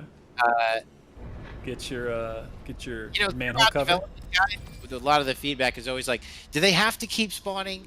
Do we have to hide the thing? What about this? Like, we're never gonna. I appreciate you guys applauding us for sticking to our guns. We're never gonna just do things like that's not why people play video games. Right, You know right, that would be like I'm playing through Hades right now. I'm pretty deep. Yeah. I'm playing through Blasphemous, man. Big shout out to Dude, Blasphemous. that game. Dude, yeah. Talk about jump puzzles. That game is punishing. It's like, can you not do this jump puzzle? Well, Yeah. hopefully you can eventually because it's not getting easier. This is it. This is the game. I have my nerd station set up here, and it's really satisfying. But I Nice. can rotate through meetings to messing with my Warhammer new toys to Blasphemous. I've been playing that quite a bit in between meetings, and it's just so good. But in any one of those games, are you going to tell me that there aren't moments where I wish the game would bend to my wishes? You know what I mean? Like, come on, guys, you make it really far in Hades, and you got to go all the way back. Like, you don't think that, well, you know, maybe there's this thing where I could Right. get this thing. Like, it doesn't always have to be like, it's like the point. I mean, the game has to stay true to its formula, to what's making it satisfying to play. I mean, I love that about it. For sure. So yeah, just notice how instead of me just ripping through that, you know, I do just have to notice all these things are just making me pause, think, take a second, you know, strategize just a little bit. Your blood sacrifice today makes for Big shout out to Chad Mossholder, our lead sound designer who writes the lines for the UEC spokesperson. For I didn't know Chad 2016. wrote the lines in that. That's awesome. Yeah. That's If great. you guys work at id, you're gonna work on everything. Yeah. You know, when it comes to like stuff like that, I mean, Chad was he wrote comic books and different things, and he's also a great musician and obviously awesome sound designer. And I said, that's awesome. Can you write these lines? He's like, Chad's what's the amazing. direction? I'm like, she needs to be obnoxious. So what talking about the UAC spokesperson, Yeah. and I keep passing these up because I don't really need them, but It's okay. You can talk about them when get- you're grabbing them. Punch and reeve. It's a blood Yes. punch shockwave drop health. I mean, again, if you're starting know to what? upgrade nothing but blood punch. That's really good. What were we gonna say? Yes, yes. Oh, hey, don't let me forget Yeah. the Slayer Gate. I won't. We'll get there after the blue key. We're doing it. That's the plan. And we're getting the blue key soonish. Dan Galf the Cray. So did we get the blood punch fix yet? No, we didn't. We are testing things eternally. So but internally, guys, it's feeling amazing. Yeah. Like I haven't had any issues. But listen, we're gonna have to test it at all levels, because like what's going on with FPS frame rates and blah blah blah. So Sure. like let's make sure that it's operating on all levels. But yeah, so far, so good. Yeah. Another question we have here. Let's see. Oblick he asked in Spanish, but luckily we have a translation for that. Thank you, Manny. The question was basically, are these questions coming from Twitch, YouTube, or Discord? They're coming from all three places. So just keep asking wherever you're watching and wherever you're having this conversation, and we'll find it. Here's another question. Go ahead. Sorry, you were gonna say something. Hit it. Oh, did I leave another one? Man, I'm dumb. Which one? I just keep leaving Praetor tools. Praetor suit token? Yeah. What? I mean, I left. This I do game is want it. very forgiving about that, in the sense that it isn't a thing where there isn't enough if you miss one. I think I could get back up there though. Damn. Unless you go completely the other way around, like you go back from where you've been before. Let's see. Oh yeah, sweet. Yeah, you're good. Okay, the question is, this is from, let me see if I'm saying this right, Lex Copeland. Hugo, is there a game design decision people initially thought was bad, but then people realized was it good? And then did you feel smug about it? That's the question. Oh yeah. Well, first of all, nobody wants a smug director, so Sure. or anybody to be smug, right? For that matter. But not really. I mean, overall, everybody's always going to question everything because that's what you want your coworkers to do. I mean, nobody wants to be surrounded by yes people. I mean, I think that's a recipe for disaster. So I tell the guys all the time, creatively speaking, always give me your honest opinion. And sure, I mean, there's times where we're not sure of things, or hey, are we sure?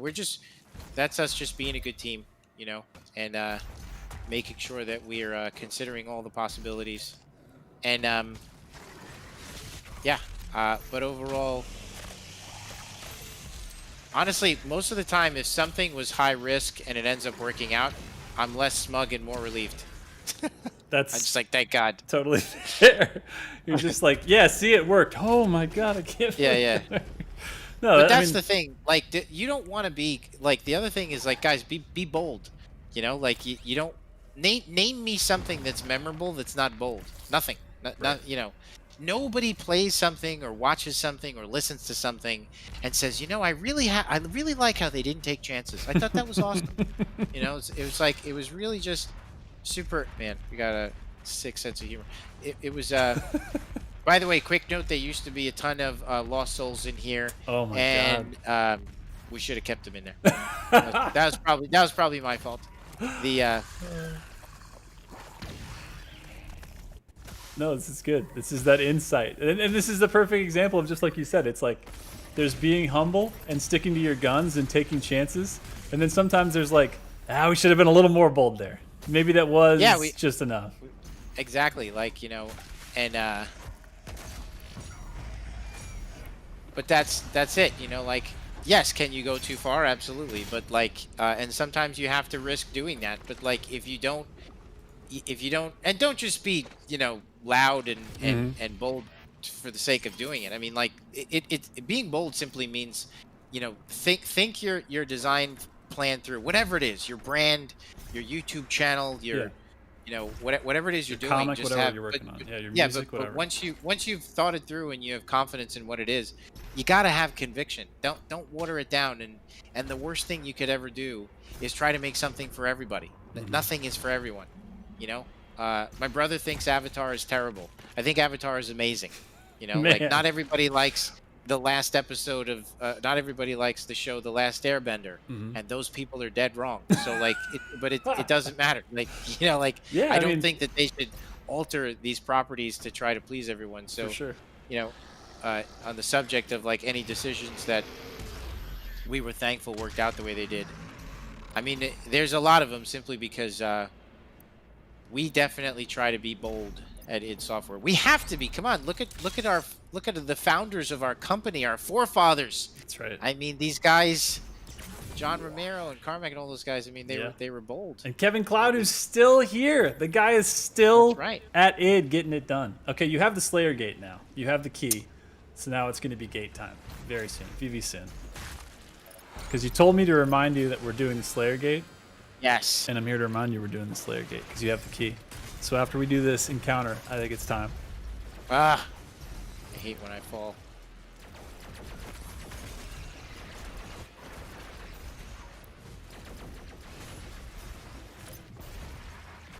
I was gonna try to be cool there. Hey, sometimes it works, sometimes it doesn't. Of all the things, I mean, I could go on forever about like in Eternal, the kind of homages and like the newness that came into all these enemies that weren't in Doom 2016 but were in Doom 2 and came back here. But the Arachnotron, like, it just makes me happy.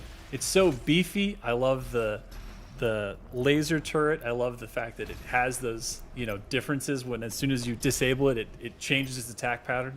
They're just amazing looking. The only thing I notice is that on Hurt Me Plenty, and again, this is just more honest developer speak. You know, sure. I'll tell you what I love. I'll tell you what I thinking about is that Ooh, we're doing I Slayer noticed Gate.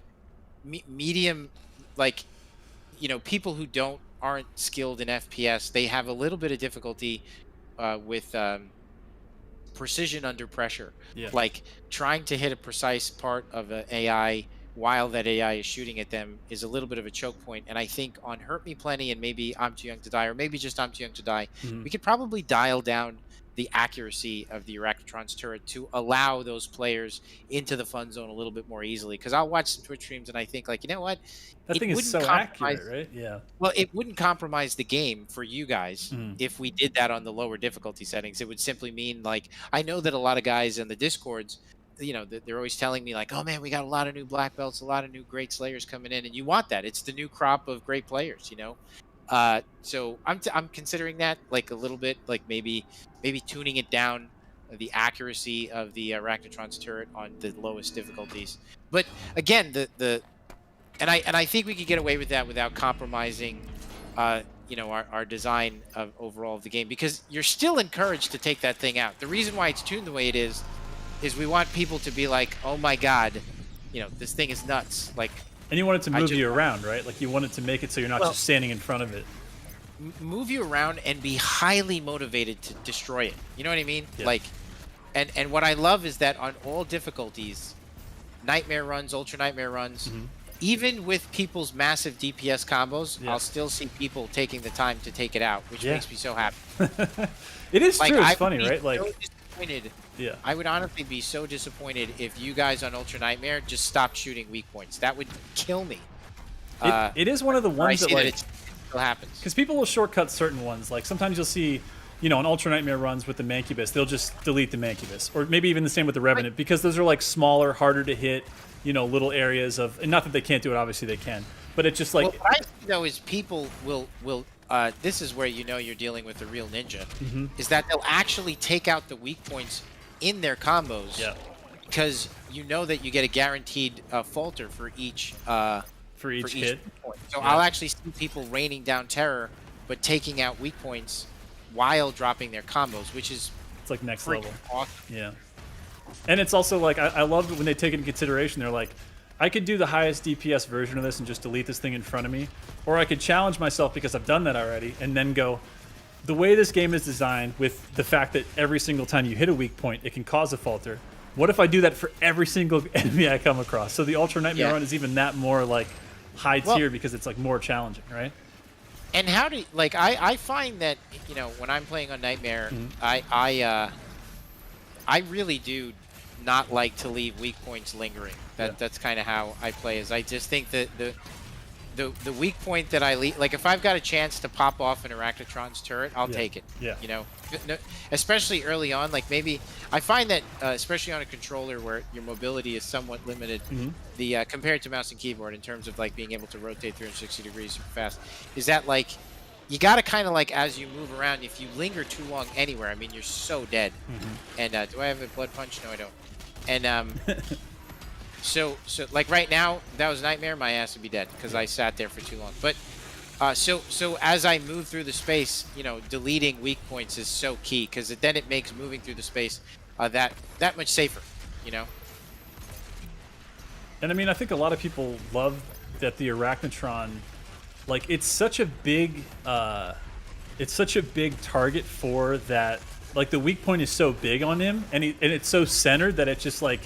It's just so satisfying to go, you're different now. I can focus on maybe not just solely you, but right when they come out, as soon as they jump onto the board, it's just so satisfying to go flick and be like, all right, now the threat has been like halved. Even though you still can't get close to them, and even though they still have some range attacks, yeah, there's just something about the fact that it's centered on them. It's a really big hitbox, and it's just like they're a bigger enemy, and it's really satisfying to pop off. And again, shout outs to Chad and the team, because the sound design on every single weak point when it gets knocked off is so satisfying. It's just one of those things that you just get used to hearing those sounds in Eternal.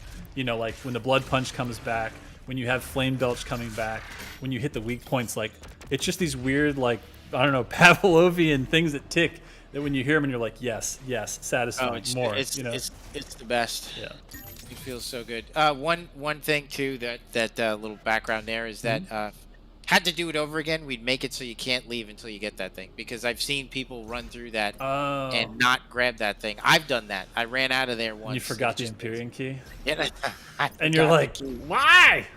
Yeah, like, oh god, it's annoying. Okay, so before we leave, where are we at with challenges? Do we have everything? Do we have the secrets? No, there's all kinds of stuff. There's so many in this level. I think there's like 23 total or something. Oh god, I left a thing. Yeah, so that's... Oh, and I left a secret encounter. There's a secret encounter still, yeah. Ah, that's so annoying. All right. Fuck that. We're going to get it. We're going to get it. All right, time for questions. Next question. The question is from What's the 24? I think I said that right. The question is, question for Hugo. We know that the Slayer was submitted to sorry, let me read this again. We know that the Slayer was submitted to the Divinity Machine, which gave him strength, power, and speed. My question is there a limit to his speed, strength, and power? And if so, what is the limit? I would say certainly there should be some kind of limit, right? I would think so. Yeah. What we do have is oh, the definitive machine. Sorry, it was written as Divinity Machine on my side. Yeah, the definitive. By the way, the Divinity Machine is going to be another part of DLC 2. So the Divinity Machine is going to be a part of the fiction and definitely play a role in that, and it will have, again, I want to see videos on this. More here's a little bit more info. Let's hear it. Will have I can't say this because then you'll figure stuff out. Okay, I won't say it. But the dark. Good catch. I won't say anything. The DLC 2. I start talking. It's stuff. Chat's like more. No, you're good. Yeah. Go ahead. Oh yeah, that's right. There's this thing up here. So yeah, I gotta think. Well, come on, guys, let's nerd out for a second here. Like, I mean, the Superman's got limits to his powers. I mean, in the shitty movie, he doesn't. Remember when, like, in Superman 3, and they just got really lazy, and he had an I-beam that built the fucking dam? Right. Like, and that you're was like, insane. Well, I guess. Yeah, you're like, what? That's okay. What his eyes do? That's crazy. But we just, by the way, oh man, and I left something out there too. I'm crazy. We just super dated ourselves. We did. Superman 3. You remember Richard Superman Pryor. 3?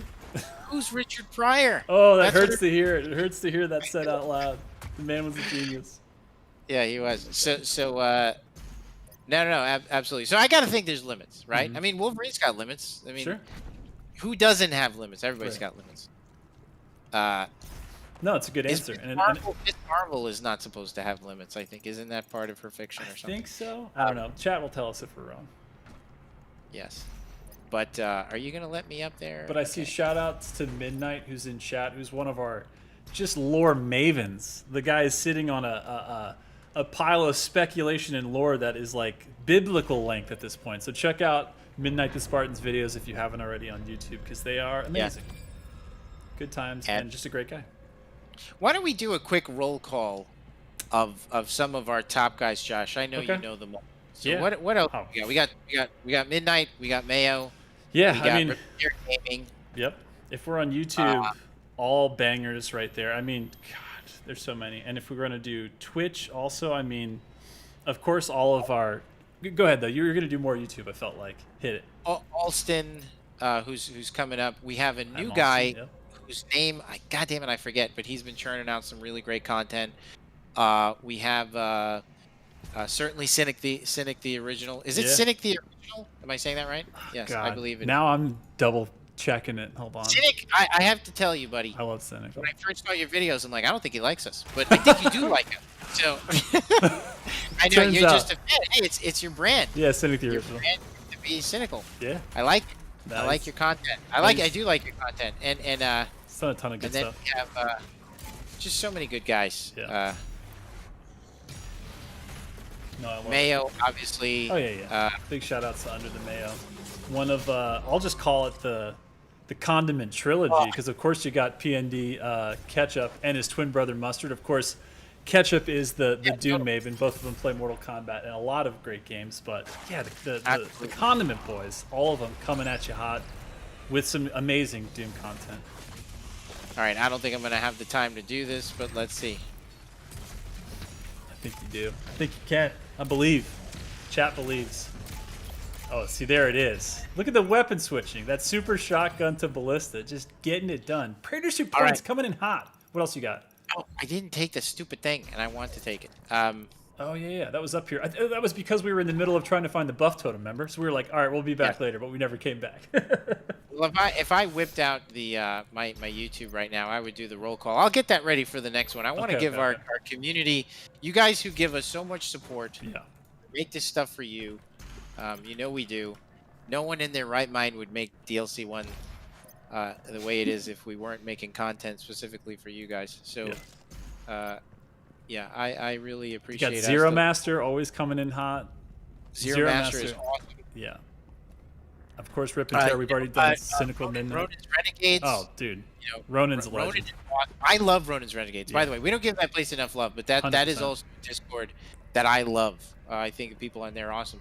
Honestly, not necessarily streamers, but just people who I talk to. Mythical, what's his name? TD Side. This is this guy that I play with on Battle Mode all the time, and he's when I used to play. I haven't played in a while, but TD Side, that dude is a beast at that game. There was a handful of guys who I've played with, you know, on where the hell is this thing? Oh my god! It's like I forget You know why? Because everything looks like Gore.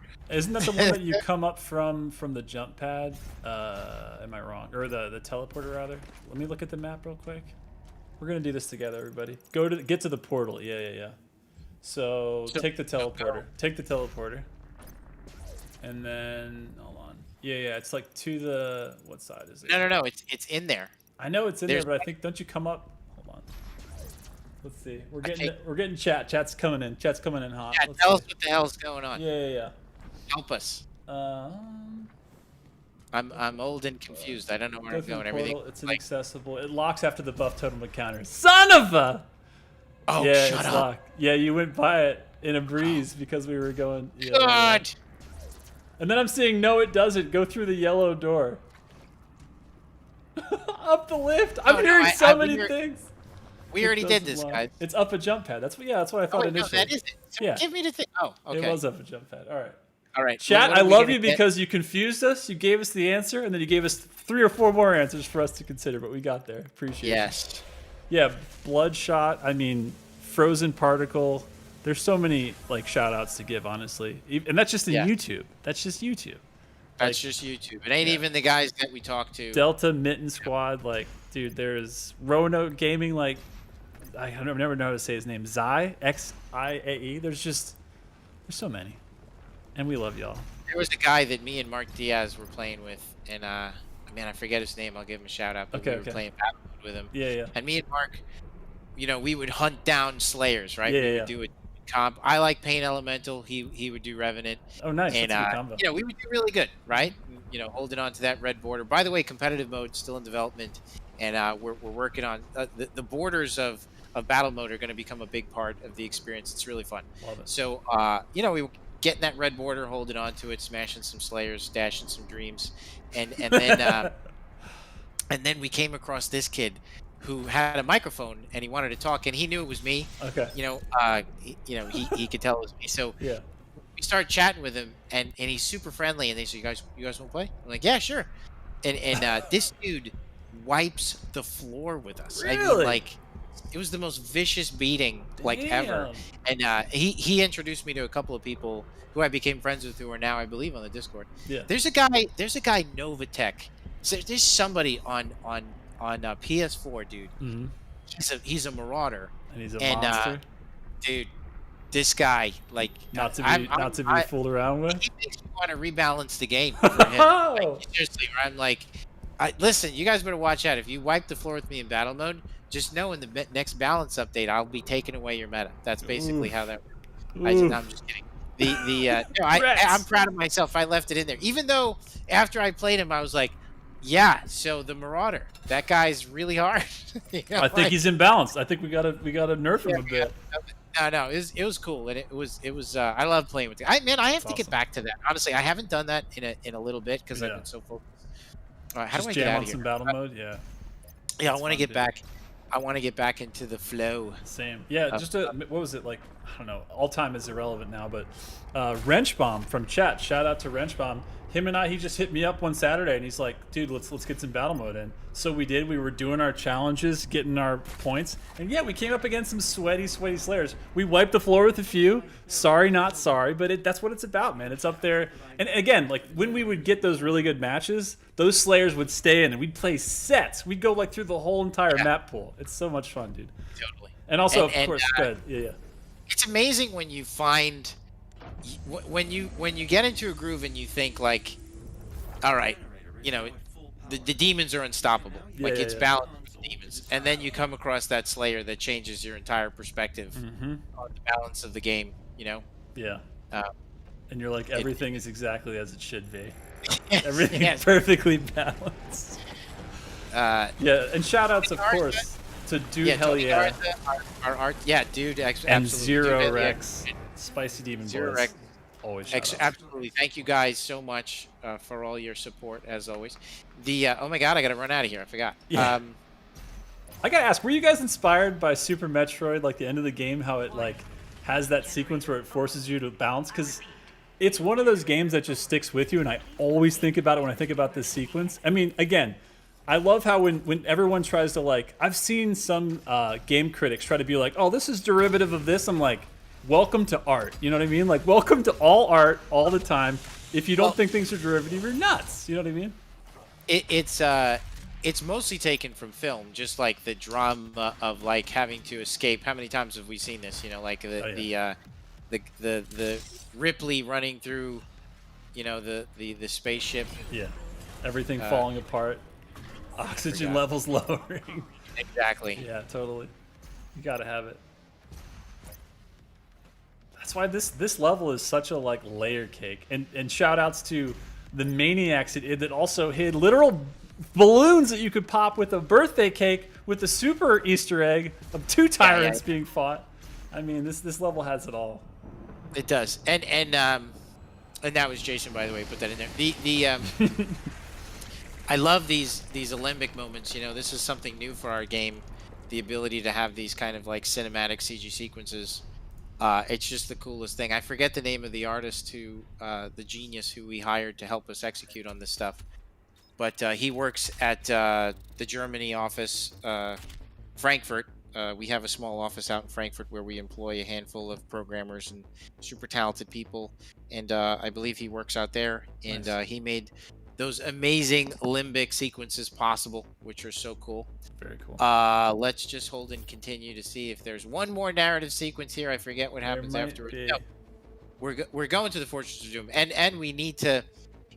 One thing that I wish that you could do, Mhm. and is go back to the fortress of, I don't know. I remember it during development. That's the development stories. We wanted to be able to go back and forth to the fortress of doom whenever we wanted, but ultimately we really had to throw it into the experience because it would break the levels. You could cheese the levels so bad, by doing that. By So just like leaping back and forth and oh, like it shortcutting was stuff. That's fair. completely. It's such a dialed in experience that well, I shouldn't say that. The more linear you make it like this, the more you can control the experience and really dial in the difficulty and the challenge, True. which ultimately was more important to us. I mean, stay in your lane, know your lane, and make the best version of that kind of game. You don't want to be a little bit of this and a little bit of that just because you're the game that makes everybody happy. I mean, I think ultimately you really just want to know what are the strengths of the kind of game I'm making, and how do I make the best version of that game. You know, so ultimately snapping the Fortress of Doom into kind of a linear progression felt better. I got lots of points. I got lots of stuff and lots of ways to spend too. things. And there's I got lots of questions for you too if you're ready. Are you ready? Let's do it. Let's do it. I'm not going anywhere. The kids are upstairs. Everybody's hiding. I told them to be quiet. So no dogs, no nothing. I love it. Okay. Question is from Pizoots, which I love, longtime community member. Pizoots asked the following question. Always makes me want to eat pizza. Sorry, it's your fault. I'm not sorry. Neither should you be. Okay, question for Hugo. I know you are a fan of mechs, but are you a fan of Battletech / Mech Warrior? And also, would an Atlan control more like a Jaeger or more like a Battletech mech? And then also another question at the end of that is, and what about the Arc mechs? Lots of questions about mechs in there. Answer whichever one you like.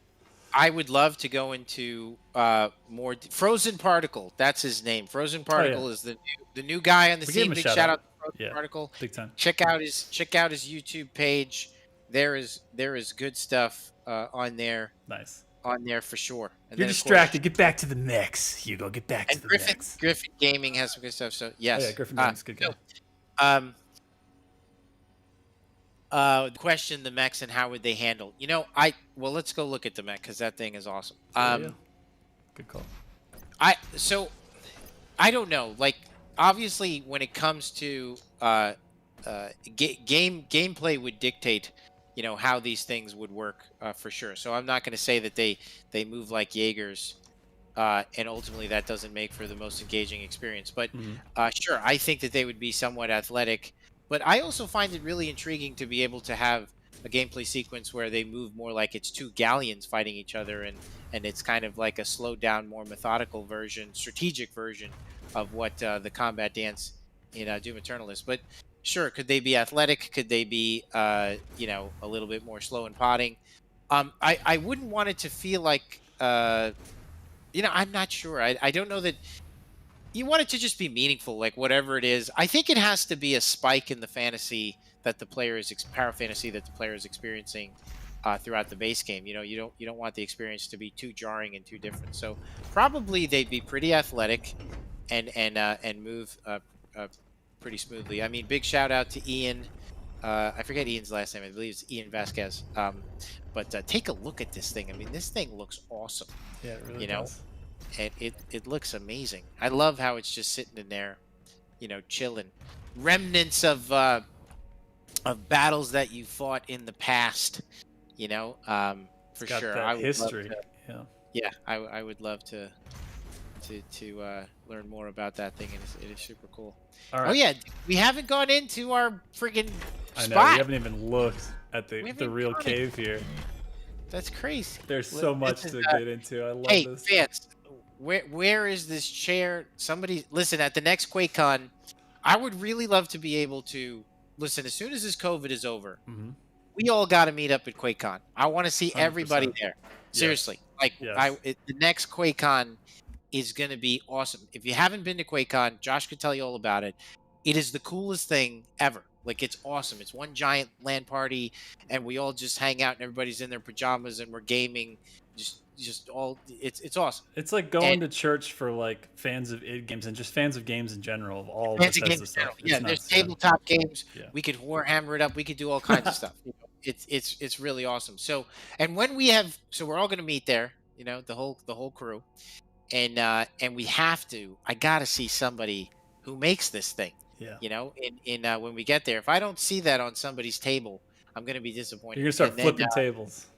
yeah, the chair. Look at the chair. I need this chair. The chair You is know, awesome. Emerson Tung designed this chair, and he'll tell you we spent a lot of friggin' time getting this chair to look cool. Emerson Look at doesn't play this guy. around with his designs. Yeah, He they were doesn't play around. serious. Yeah. Look at this guy's stuff.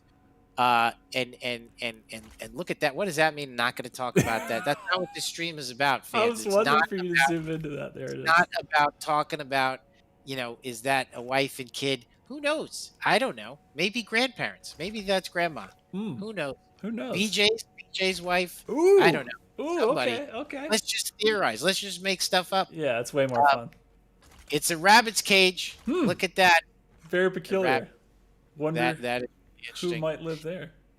And then when people ask, like, well, how did his armor change? This is where he worked on it. We answer all the questions if you pay attention. Yep. And that's a energy cell Might take a little Argent. 68. Yeah, we'll shout out. And then so our Guns and concept, also bullets. Go on. Sorry. yes, our concept team is not. They're not only concept artists and genius concept artists at that. John Lane and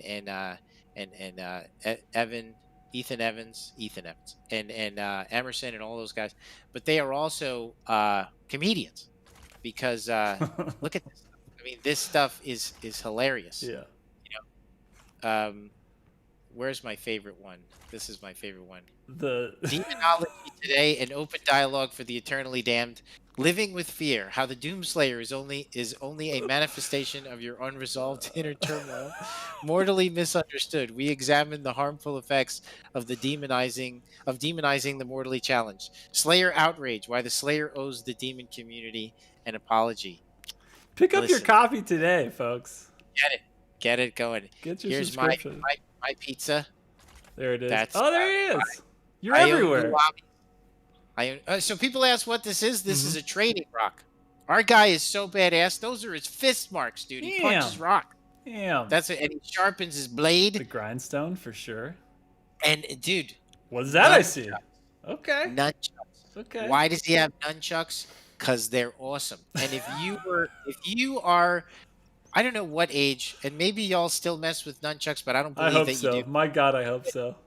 But in the 80s, Yeah. like the 80s were all about ninjas, and like It's true. when you were a kid, there moved American Ninja and Ninja this and Ninja that, and so it was Ninja everything. And Yeah. Bruce Lee met with nunchucks, and all of them did. So I had nunchucks. We have all hurt ourselves severely Oh, trying yeah. to do nunchuck stuff, and that's why he has nunchucks. That's it, because all badasses, have nunchucks. There's no foam on those nunchucks. Those things would hurt you if you swing them wrong.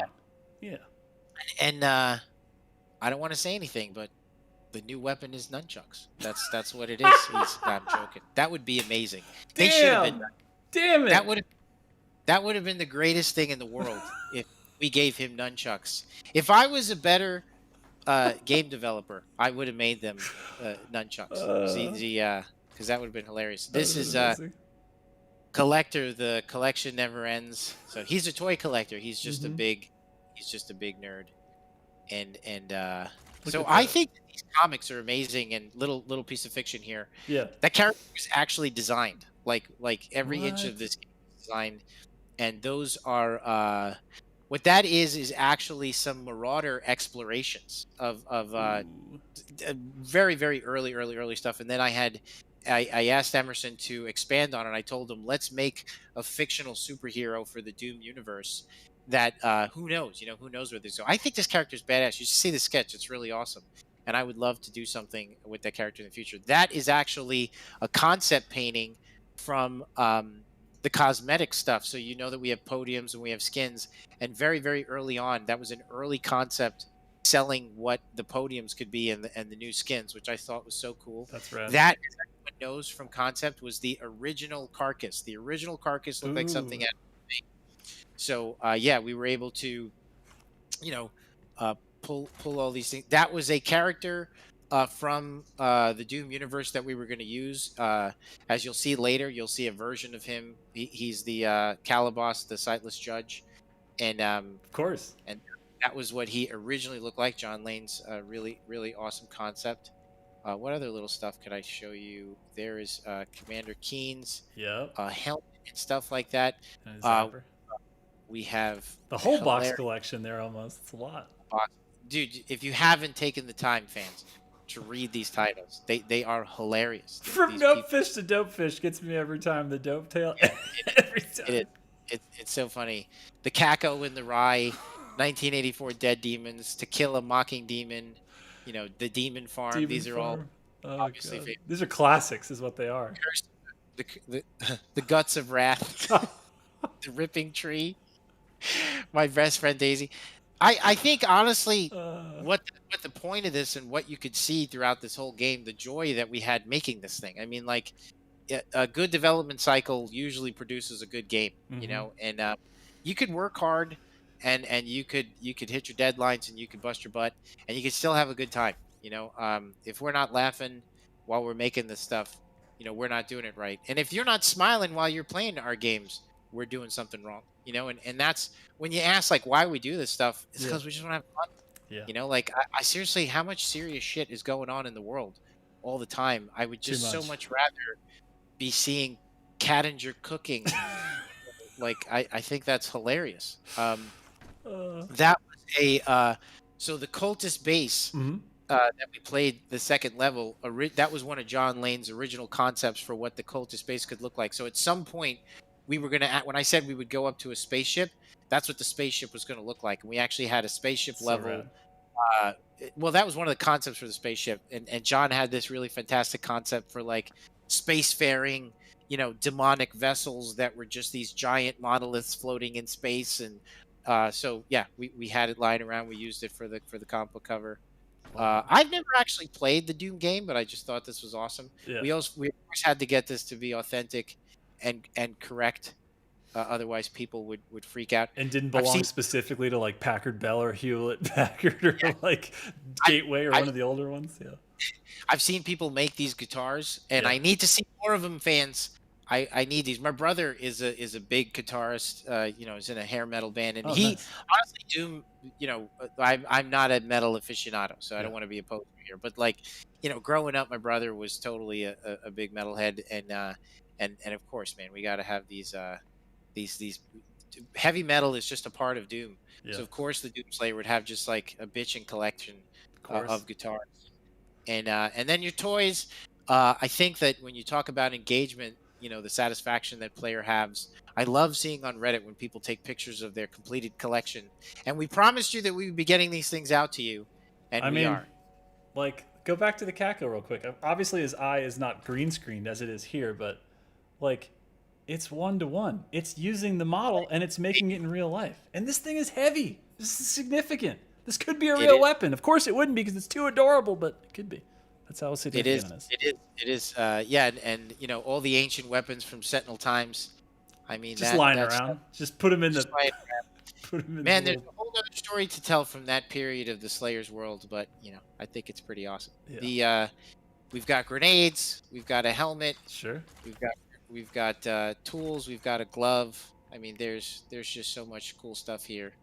Did we already see the weights? Isn't there weights lying around somewhere too? Where are those at? Like some dumbbells or something? I can't remember. He's got dumbbells. Yeah. He's got smart bells. He's got dumbbells. He's got it all. He does. There's the bot, the cleaner. Oh, respect. He's got the skateboard. I think Commander Keen had a skateboard, so I believe so, didn't he? So and the rabbit food. And I love that the skateboard's in here because it makes you think that, like, that, Josh? How did that get there? That shouldn't have been. That shouldn't have made it. I thought we discussed this, but there it is. Are there some snacks that you missed too? Go back to your computer desk real quick. Was there a snack that we just greased over, like next to the pizza box? What was that flavor right there? What kind of flavor we got? What kind of flavor town we going to? Oh, takoyaki. Okay. So Lane's is John Lane. So everything in here, we all just make fun of each other. Actually, that's not the case. The artists make fun of everyone, and they don't really put themselves in a lot of this stuff. But if you're a 3D modeler, it's a free for all. Marty has stores. We don't take enough shots at Marty. That's what I think. I think we got to take a few more. There's at least one I know that's coming in DLC 2 that I noticed. So yes. It's not like it's over. There's more shots to be taken, and they will be taken. He's got Daisy picks. Okay, He's got a sounds wrong, but keep the going. kill list. Oh, the kill list, love it. He's somehow got multiple CDs in there. I don't know if they're disc images. Obviously, he's got them Yeah. legally because the Doomslayer's above So, level, above board. Go on.